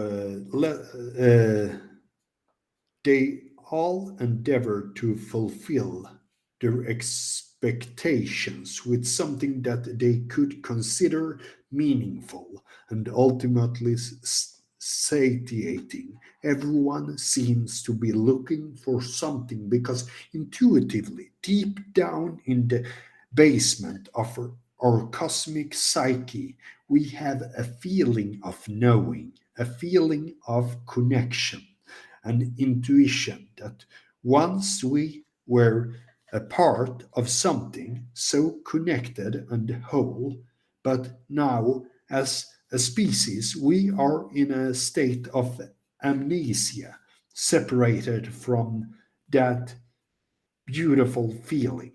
The majority of us feel around in the dark, like we are in a strange room looking for a door to somewhere beyond that dark confinement. We are looking for a womb from whence we came. And fortunately, there are many wonderfully stimulating avenues by which we can search. yeah, so we're fumbling around in the dark looking for the womb from which we came, which was, well, pure consciousness coming into a human form to have a human body. But Yeah, us who are spiritual, we kind of got this gut feeling, this intuition. Hang on, what's going on here? This ain't real. This is not what I am. This is not who I am. This is a dream. This is a fiction. This isn't a reality. And then when we look into it, we discover that no, it's not in actual fact. But meanwhile, there's millions, billions, trillions of automaton out there who are absolutely convinced that this is all it is. So, well, that makes us very, very insightful indeed, then, doesn't it? We are the tip of the pyramid or the iceberg because we're looking down upon the masses in their complete ignorance. And well, that's the realm of the Gnostic. That's why yeah, they kept all this stuff super secret from yeah, everybody because they couldn't educate them into these realms because they don't have the mental or conscious wherewithal to enter. yeah, So we're almost there. Yeah. yeah. Okay. So Yeah, I was just starting to think about the detail that I was uh, forgetting was no is in Swedish vet, and science is like vetenskap, so knowing ship. yeah, knowing ship. Wonder why they Yeah, call yeah, because it's becomes similar. Like the vet skap becomes like ship. Like a relationship and so on. yeah. And of course, this word ship, it comes from maritime language, and that's why we have relationships and um, what other word ends in ship? There's so many words that end in ship. Hmm. Relationship, mentorship. Yeah, all these words that end in ship. It's to do with maritime language, and legalese, because legalese is heavily laden with the shipping laws, like birth. We are birthed when we're birthed. Well, that's what a ship does when it enters a harbour. It births. Hmm.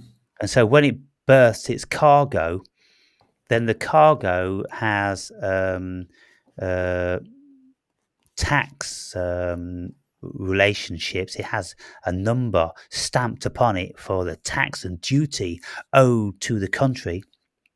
And that's what we have. On our birth certificates, they're registered with the banks.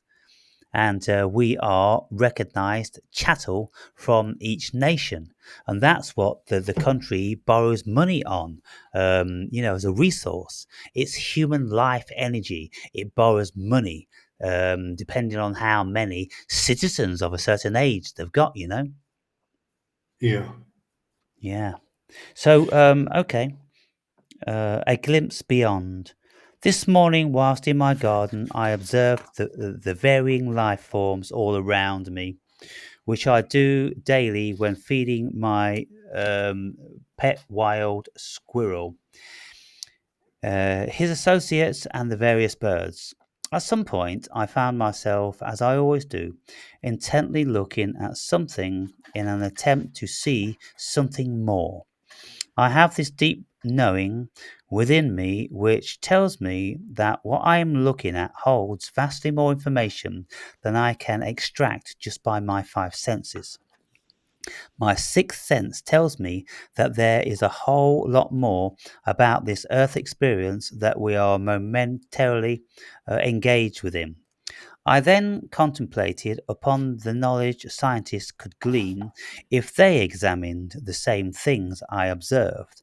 I considered that what a biologist would discover, what a botanist would reveal, what a spiritualist would unearth, what a quantum physicist would theorize, etc. ad nauseum.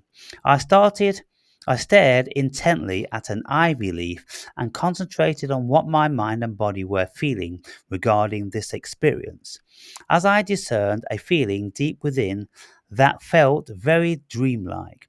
It was like I was observing a mirage, a hologram of a distant memory that felt so familiar. So every time I'm looking at something in the natural world, well, if you are spiritually awakened, conscious, highly conscious, then you know that everything you're looking at is a reflection of you. This is why I use the Hall of Mirrors, because in the Hall of Mirrors, when we look every single where let's say the Hall of Mirrors is a dome and we're inside the dome, we can't look anywhere without seeing another reflection of us. The top of our head, the back of our head, the side of our face, this, that, and the other. Everywhere we look in this world is a reflection of us.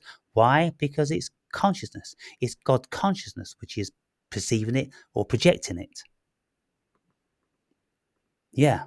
And so that's what I see when I look at the tiniest of thing. I just enter into a dream of the vastness of consciousness, which I will go back to one day. Um, um, it's kind of like when you go into a DMT world. When you go into the DMT world, you often consider that you are in touch and know everything. But then when you come out, it's kind of like, damn, I thought I knew everything when I was in there, but now I've forgotten it all. And that's what being born is. That's what happens to us. So I could sense that the leaf was pure energy, shimmering like an apparition in my conscious awareness, and that what I was consciously aware of was so vast as far as knowledge was concerned.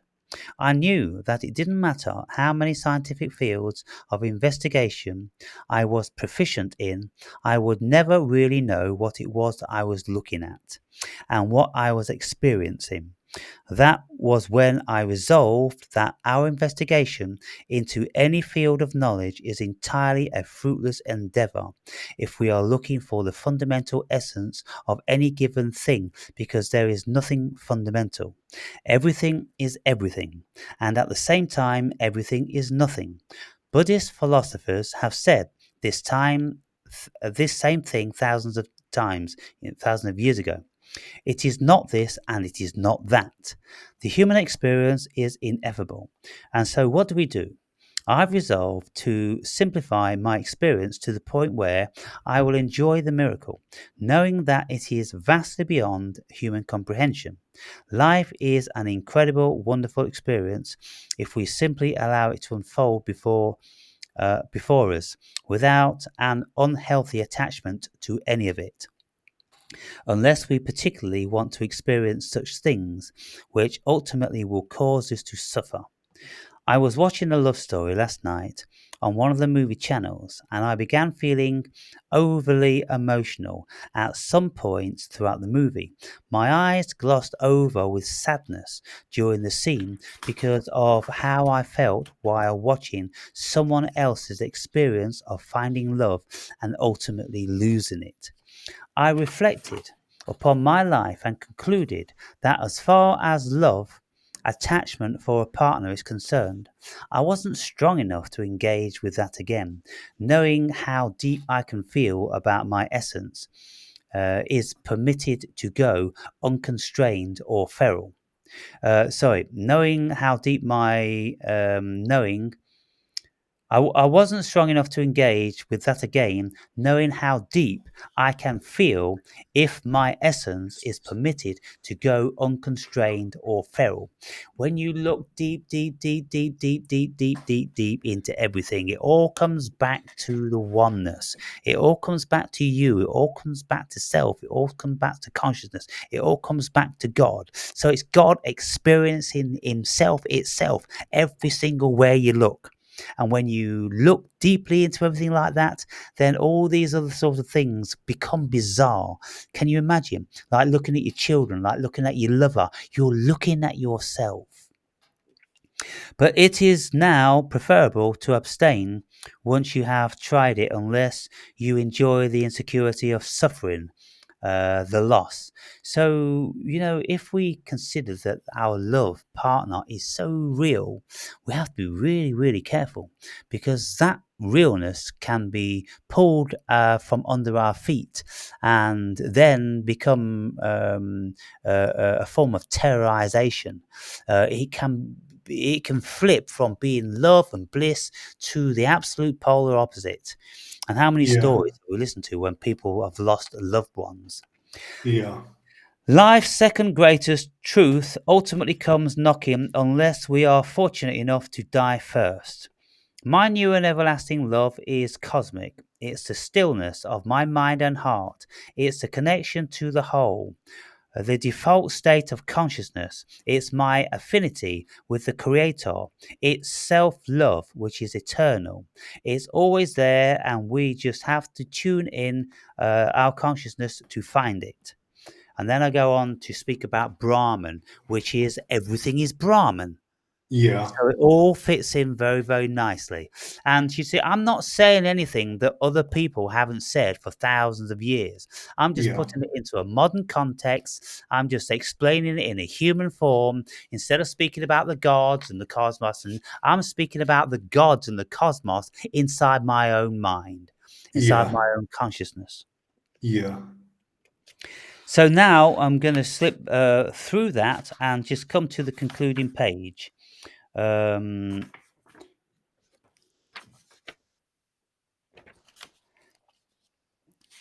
So, if you want to read, We Are Souls Being Written Upon. Hmm. Um, which page? 669. I'm Six just going to six get a nine. quick drink of water. Yes,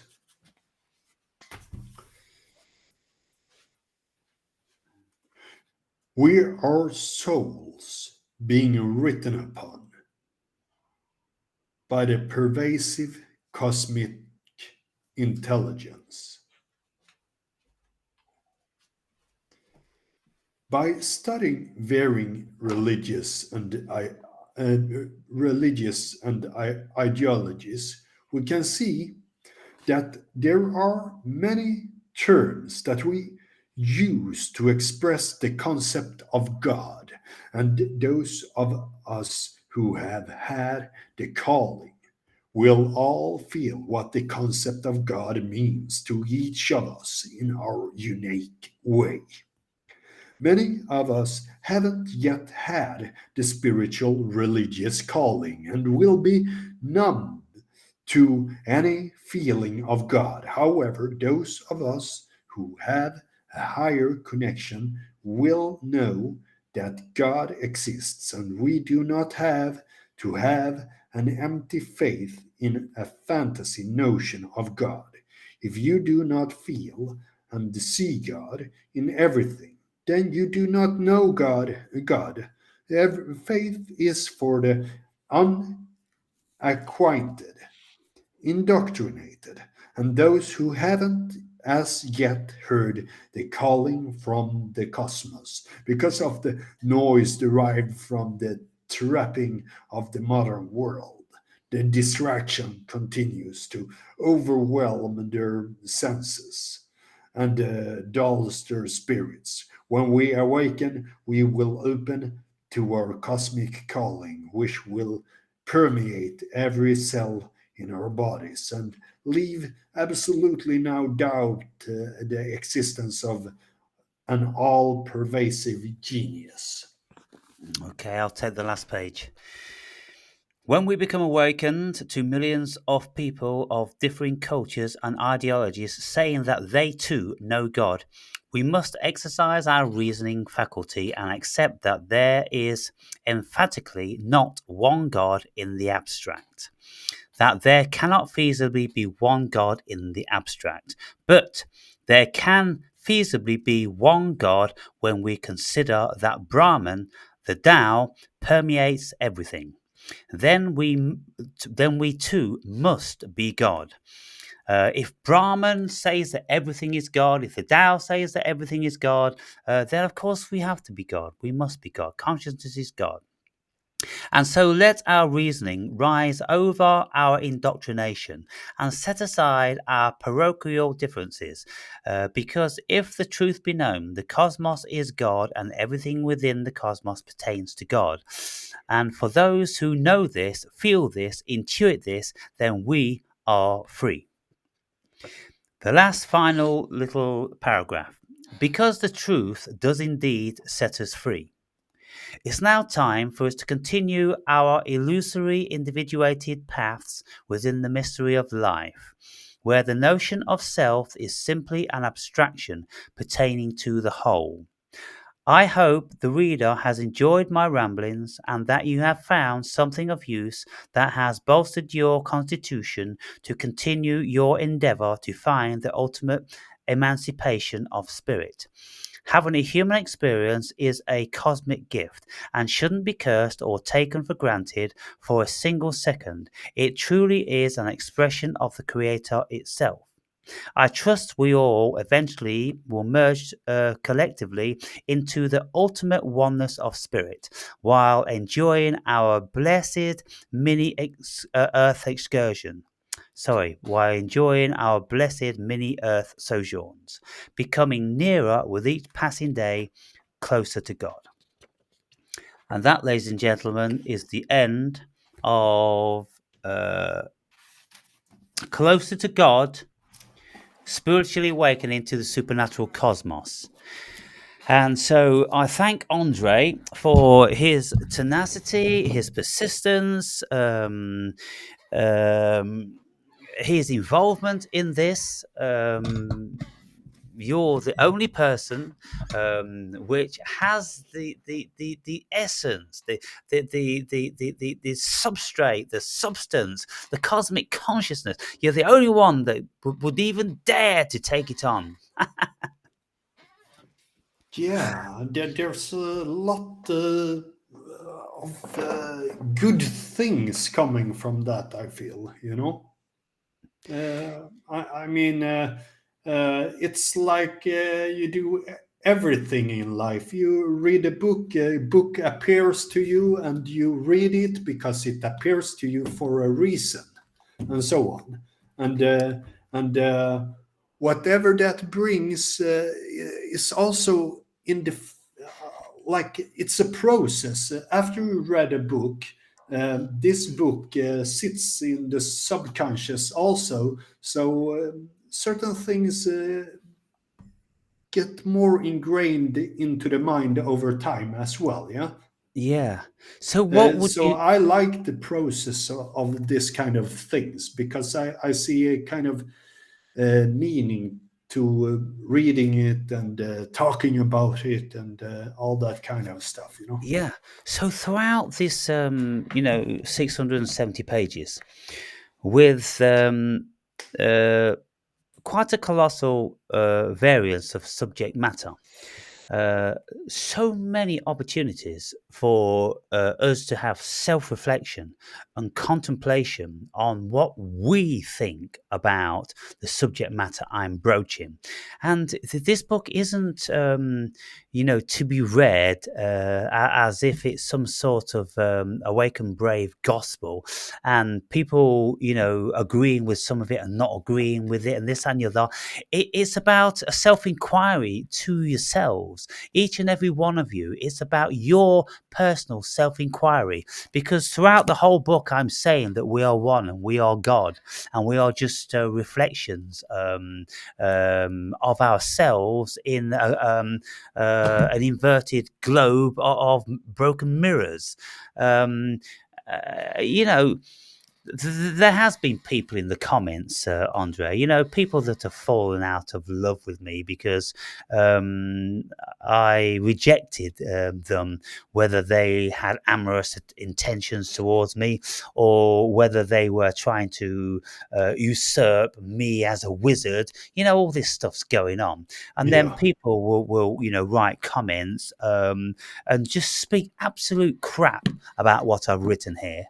Yeah. If somebody wants to destroy a book, well, they'll see something in nothing. Yeah. And they can take one line and they can just invert it, turn it upside down, or take it out of context. And that's what, Yeah. one person in particular is very often doing. Um, uh, you know, but Yeah. I can't That, that, imagine that, that anybody that is coming. like a modern disease to take everything out of context and just do it as it fits themselves instead of looking upon it in a bigger perspective, so to speak.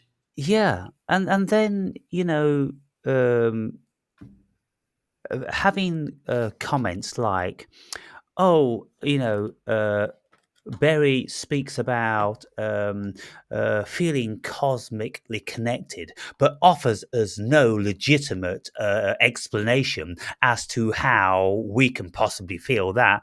I'm like, you, you can't explain the feeling of intuition you have for cosmic consciousness. It's like if someone really does believe in a god. You can't explain that, which is going to convince anybody else. So just saying stupid things, just stupid things. You know, this book is, in my estimation, it's food for thought. That's what it is. It's the laying down of my thoughts, my experience, my journey over 14 years, and very, very different from every other person that's ever lived on the planet. Absolutely unique, as all of our experiences are. And so, within a person's unique assessment of the world, well, there's no truth for anybody else. People either see a little bit of a simile to that scenario here and there, or they don't. Or they consider my thoughts on this useful or not. It's like when I'm writing about Plato or I'm writing about Jung or writing about Darwin. You take it or you leave it. But my advice is, to all people that read this book, then they would need to go on to read more about the people that I mention, because unless they do, then they will never be equipped to be able to opinionate anything which is going to conjure up any respect from anybody. At least, if I'm speaking about Darwinism and, Origin of a Species and Theory of Evolution, having read the book, well, at least I've got some sort of respect from people who have also read the book, who will say, well, at least he's read the fucking book.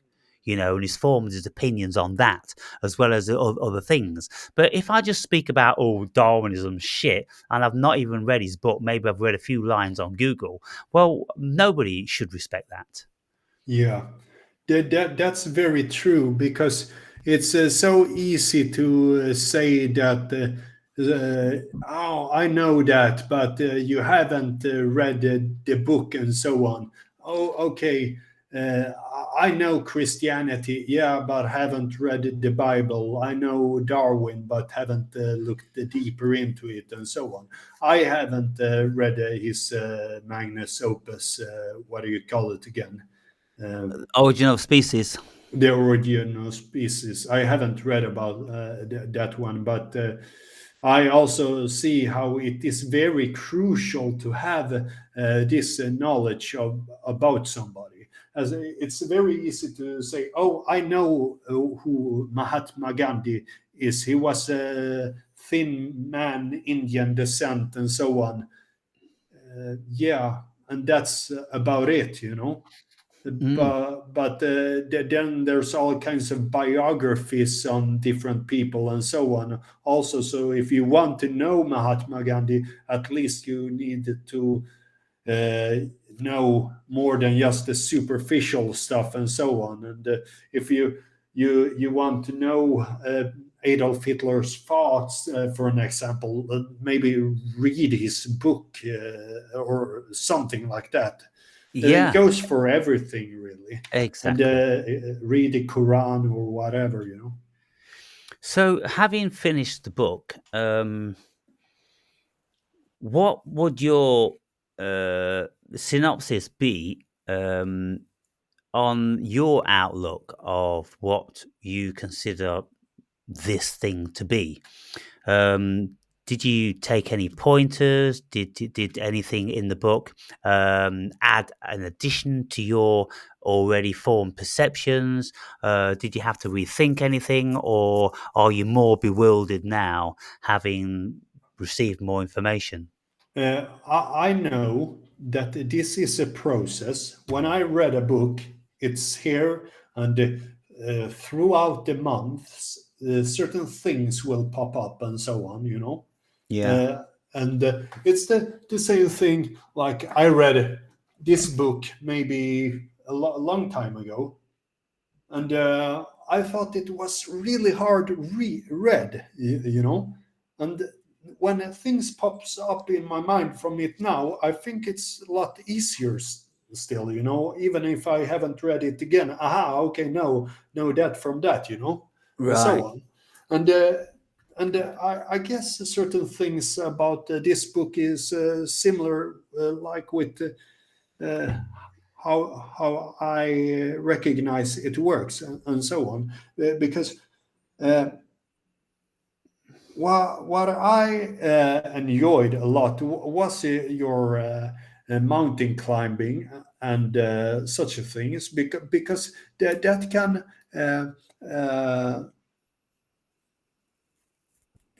serves something for my journey as well, you know, because I start to think about those certain stuff. How do I apply that? And then I think about this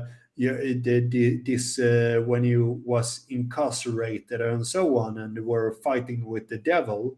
That was also amazing.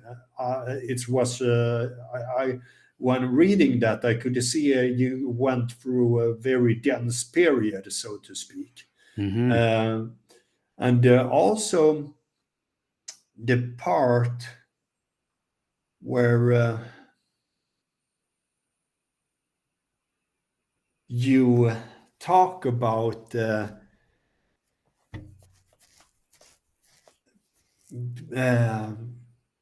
forgive, forgiveness, Right. you know? I still think about that part. Forgiveness, forgiveness, because I think I have forgave a lot, you know. Yeah. But Was it I forgiveness or think was it there's a not just? dimension of forgiveness as well, to learn to forgive from one's whole being, so to speak. Yeah. Was it forgiveness or was it judgment? Judgment, judgment. Yeah. Can't even say Yeah, the word. yeah, judgment. You went through also different kinds of judgments and so Yeah. on. Yeah. Uh, that was also an interesting part. I actually took a photo of that part and sent it to a friend. Ah. Yeah, You see, everybody's going to have a different experience because uh, you are similar to me in that you've taken entheogens, you yeah, meditate, you work out, you push your body to extremes. You are, on the path of knowledge and wisdom. You've read very similar things, and so uh, you would have seen me in you. Uh, when reading the book and like climbing the mountain, that one really got to you because your fear for heights, and you're wondering, could you ever conquer your fear for heights? yeah, And even though I didn't have fear for heights, I had what potentially should have been a terrifying experience yeah, if I wasn't in such sort of a sedative state, yeah, you know of complete resignation. You see, things like that, experiences, Andre. When I was at the point where I was pretty convinced that I wasn't going to make it, yeah, and I said a prayer to my daughter, and I looked up at the stars, which were massive, as you can imagine, at 20,000 feet, way, yeah, way, way, way higher above the mist and the clouds and everything. And my body was sedated. It was, altitude issues, um, um, dreariness, weariness, just a great resignation, a great resignation. And so when you've been on the brink of death and you see that how the body fuels you with the relevant chemicals to make death easier. I wasn't in a state of panic. I wasn't like, oh, I've got to get up this mountain. Impossible. I was 20,000 feet up. There was yeah, nothing to do yeah, except just lie down or continue. And so that's why I said to the cosmos, I don't know whether I'm ever going to get off this mountain. I'm certainly not going to get off this mountain if I don't have some sort of release from the sheer trauma and hell that I'm experiencing. So I said that to myself, to my higher self, to the cosmos, to God, whatever it was, and instantaneously, my consciousness went offline. And I didn't remember a single thing for the next 3.5 hours until I saw the silver lining come up over the top of the mountain. And that's what I said. I said, I don't want to see fuck all until I see the light of day coming over the top of this God-forsaken hellhole of a mountain. And then the miracle happened. My consciousness went off, and the next thing I knew, when my consciousness came back on, I was like, fuck. It's daybreak. Where have I been? How did I get here? No idea. But I climbed 2,000 feet in yeah, that time. Incredible, mate. yeah. Absolutely incredible. Incredible. Yeah, that started me to think about. I actually was in an ambulance in the end of last week. Oh, really? I went out. I've been in lower degree of water before, for longer time. Then I just went out. I've been there for 22 minutes. I started, went up out of the water. I was dizzy, so it took a So long time. you're in very cold water outside, yeah? Yeah, Yeah. for 22 minutes. Right. So went on, took on the clothes. I felt dizzy. I couldn't stand up, taking on my clothes and so on. Start walking. I start to come to the streets and so on. Recognized shaked very much, and I tried to hold on to like a lamppost and so on. And then I started. Needed to crawl instead. And Wow. then all of a sudden, I was just laying there. Then I said to an old man, "Hey man, I need help," because I was shaking so much. So I couldn't walk anymore. Wow. Uh, but uh, yeah, then he said, "Oh, no, I need to go." No, I need help, man. So I shake that much, so I could almost not talk. He was maybe afraid of me, but come on, he's a man, pussy, you Yeah. know. Yeah. Uh, So what did he call the ambulance? yeah, he called the ambulance, and then some owner of a restaurant went out and he gave me a cup of warm tea and so on, and gave me like something like Blanket. a blanket. Yeah. And it's Sweden, so it took 20 minutes for the ambulance to come. Right. Uh, it's very shitty, but throughout that time, those 20 minutes, I recognized it starting to get better and better. I was still shaking like that, like that. So But yeah, I'm going to say, do you think it had anything to do with your vertigo? no, not at all. I was really chilled down, and I Right. had it probably throughout those 20 minutes gotten my temperature in the body up. But when the ambulance came, my body temperature was 32 degrees. Right. So that um 32 degrees Celsius. Yeah. Yeah. Well, that's critical, isn't it? Yeah, they said that my heart can get affected, my brain can get affected. They drove me into the hospital. I didn't felt any fear or anything like that. I was okay. I Yeah. felt no problem. Uh, so when they went in with me into the like. Stretch, I think. Hospital on the Bed. Yeah. bed.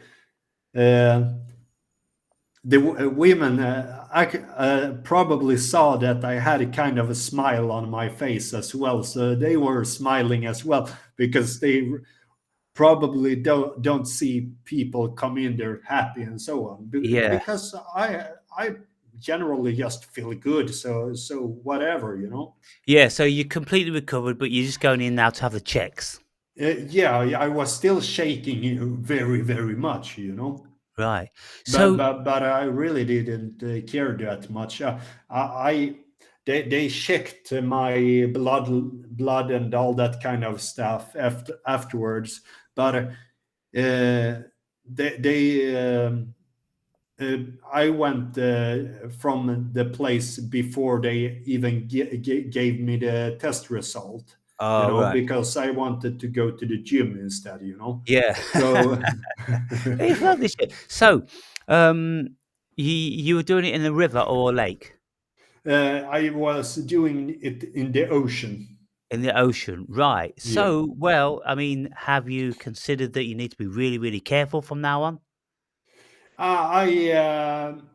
I will do. I took this as a sign to do it a little bit easier because Even 10 or 15 minutes would be a very long time for 99.99% of people anyway, you know. Yeah. So what degrees was the water? About 12 or 13 Yeah, or yeah, something? yeah, something like that. 12, maximum 12. So Yeah. it's So pretty so high still. yeah, it zaps your body. It absolutely zaps your body in no time at all. Yeah, You know, at the rate the heat is sucked out of your body yeah, is at an incredible rate. yeah, So I was learning all about this sort of stuff, how hypothermia sets in and everything when I was training to be a lifeguard. yeah, Because we had to do open ocean rescuing in yeah, that sort of temperature, 11 degrees on the day when I was doing it, and no time at all. But as soon as you've been in the water, you can't feel your limbs. They're so heavy, and all your blood is sucked back into your vital organs and all this sort of thing. And of yeah. course, there is, if you go under, there's possibility that you pass out. So it's a good idea never to put your head under the water, and most certainly don't hyperventilate. No, certainly not. No. Because if you hyperventilate, many people can go unconscious. And when I was a diving instructor over in Greece, one of the instructors was doing this hyperventilating to see how long he can hold his breath. Um, it's a golden rule that you should never do that. But Yeah. people who are fit and strong, and I've done it thousands of times as well. But some people, if you hyperventilate and then go under, you can pass out. Now, this particular instructor, he was wearing a lead diving weight belt, which Yeah. held him down. And so he went unconscious and he died. And they found his Mm. body about 5 days later. Oh. So, yeah, don't go underwater with your hair. Don't hyperventilate. And stay near the edge in shallow water. Where if you start to get a bit wobbly, then get the fuck out. Yeah, yeah. I kind of felt like, oh, no, I said I should be in for 22 minutes, so I stay in for 22. So I probably felt it was a little bit too much already Yeah. 5 minutes ago or something like Yeah, that, you know? yeah, but because you've set that, you're gonna do it. So yeah, you have to go with your intuition, mate. There's no records to be made. You're not going to be in the Guinness Book of Records for this shit. No. You might be in the obituaries. Um, in the local newspaper. Oh, dude dies. Doing silly shit in the water. Yeah, another Wim Hof victim dies. Yeah. You can Yeah. listen to all this stuff about Wim Hof, and there's loads of people who've been hunting for him because of what he says. He is an advocate of hyperventilating and then going under the water, and that's a no. In Yeah, but in he diving. never say that you should do it in the water. Do what? He never say that you should hyperventilate in the water. He doesn't. No, he Right. Well, does he not. he, he says take a massive breath and then go under. So I suppose. He say that you should hold your breath calm. You know, Yeah. Okay. so never do it inside of the water. Never hyperventilate. Yeah. Yeah, All right. Well, we've done 2 hour 22 minutes on this one, mate, yeah, and we did and like we 25 minutes all on the last one. So yeah, that's it. That's the end of the book. The end of an era yeah, has come, and it hasn't come a day too soon, as far as I'm concerned, because yeah, I'm using my voice too much. It's really taken a toll on the voice. Making the videos all the time, doing these lengthy conversations, and because I'm singing most every day for two, yeah. 3 or 4 hours, well, Oh my yeah, voice needs a rest. And so I vowed to myself, I've just got to stop this amount of talking because my voice is getting, more and more constrained and I'm reaching less and less notes. And in the end, it's kind of like, oh my God, I've just got to rest. I've just got to have several days off and then just start back doing it more slowly and not doing it for so long. But I'm so determined to sing better and better. I push myself like you do all the time. I Yeah, push myself too exactly. much. It's not Yeah. healthy for the voice, and so now it's just sore. It's just aching, and Uh, it was aching even before I started. And now I've spoke for 3 hours. Oh my god! yeah. I won't say a single word tomorrow. I swear, I won't say a single word. Yeah. So anyway, Andre, that's been absolutely brilliant. So you know, we'll leave it for a couple of weeks or whatever like that, and then if you feel like you want to talk about something else again, like we always have done, then Yeah. come back on, and we'll just start doing videos for like 1 hour here and there on a Yeah, that's particular nice. subject. We'll do 1 hour, and that's cool. Yeah, that's cool, yeah. So any book that you've read or books that I've read, we'll email each other and we'll see what the subject's going to be, and then we'll do that. Yeah. Yeah, something like that, yeah. All right. Sounds good, mate. So, all right. Well, until we meet again, I bid you a good day, good week. Uh, talk soon. Yeah. Have a nice weekend or Yeah. What day is wherever. it? It's Tuesday. It's Tuesday. Yeah, I'll something have a like nice that. Wednesday, Thursday, Friday, and Saturday, yeah, and all that. Yeah. All right, dude. Catch you soon. Yeah. Yeah, we do.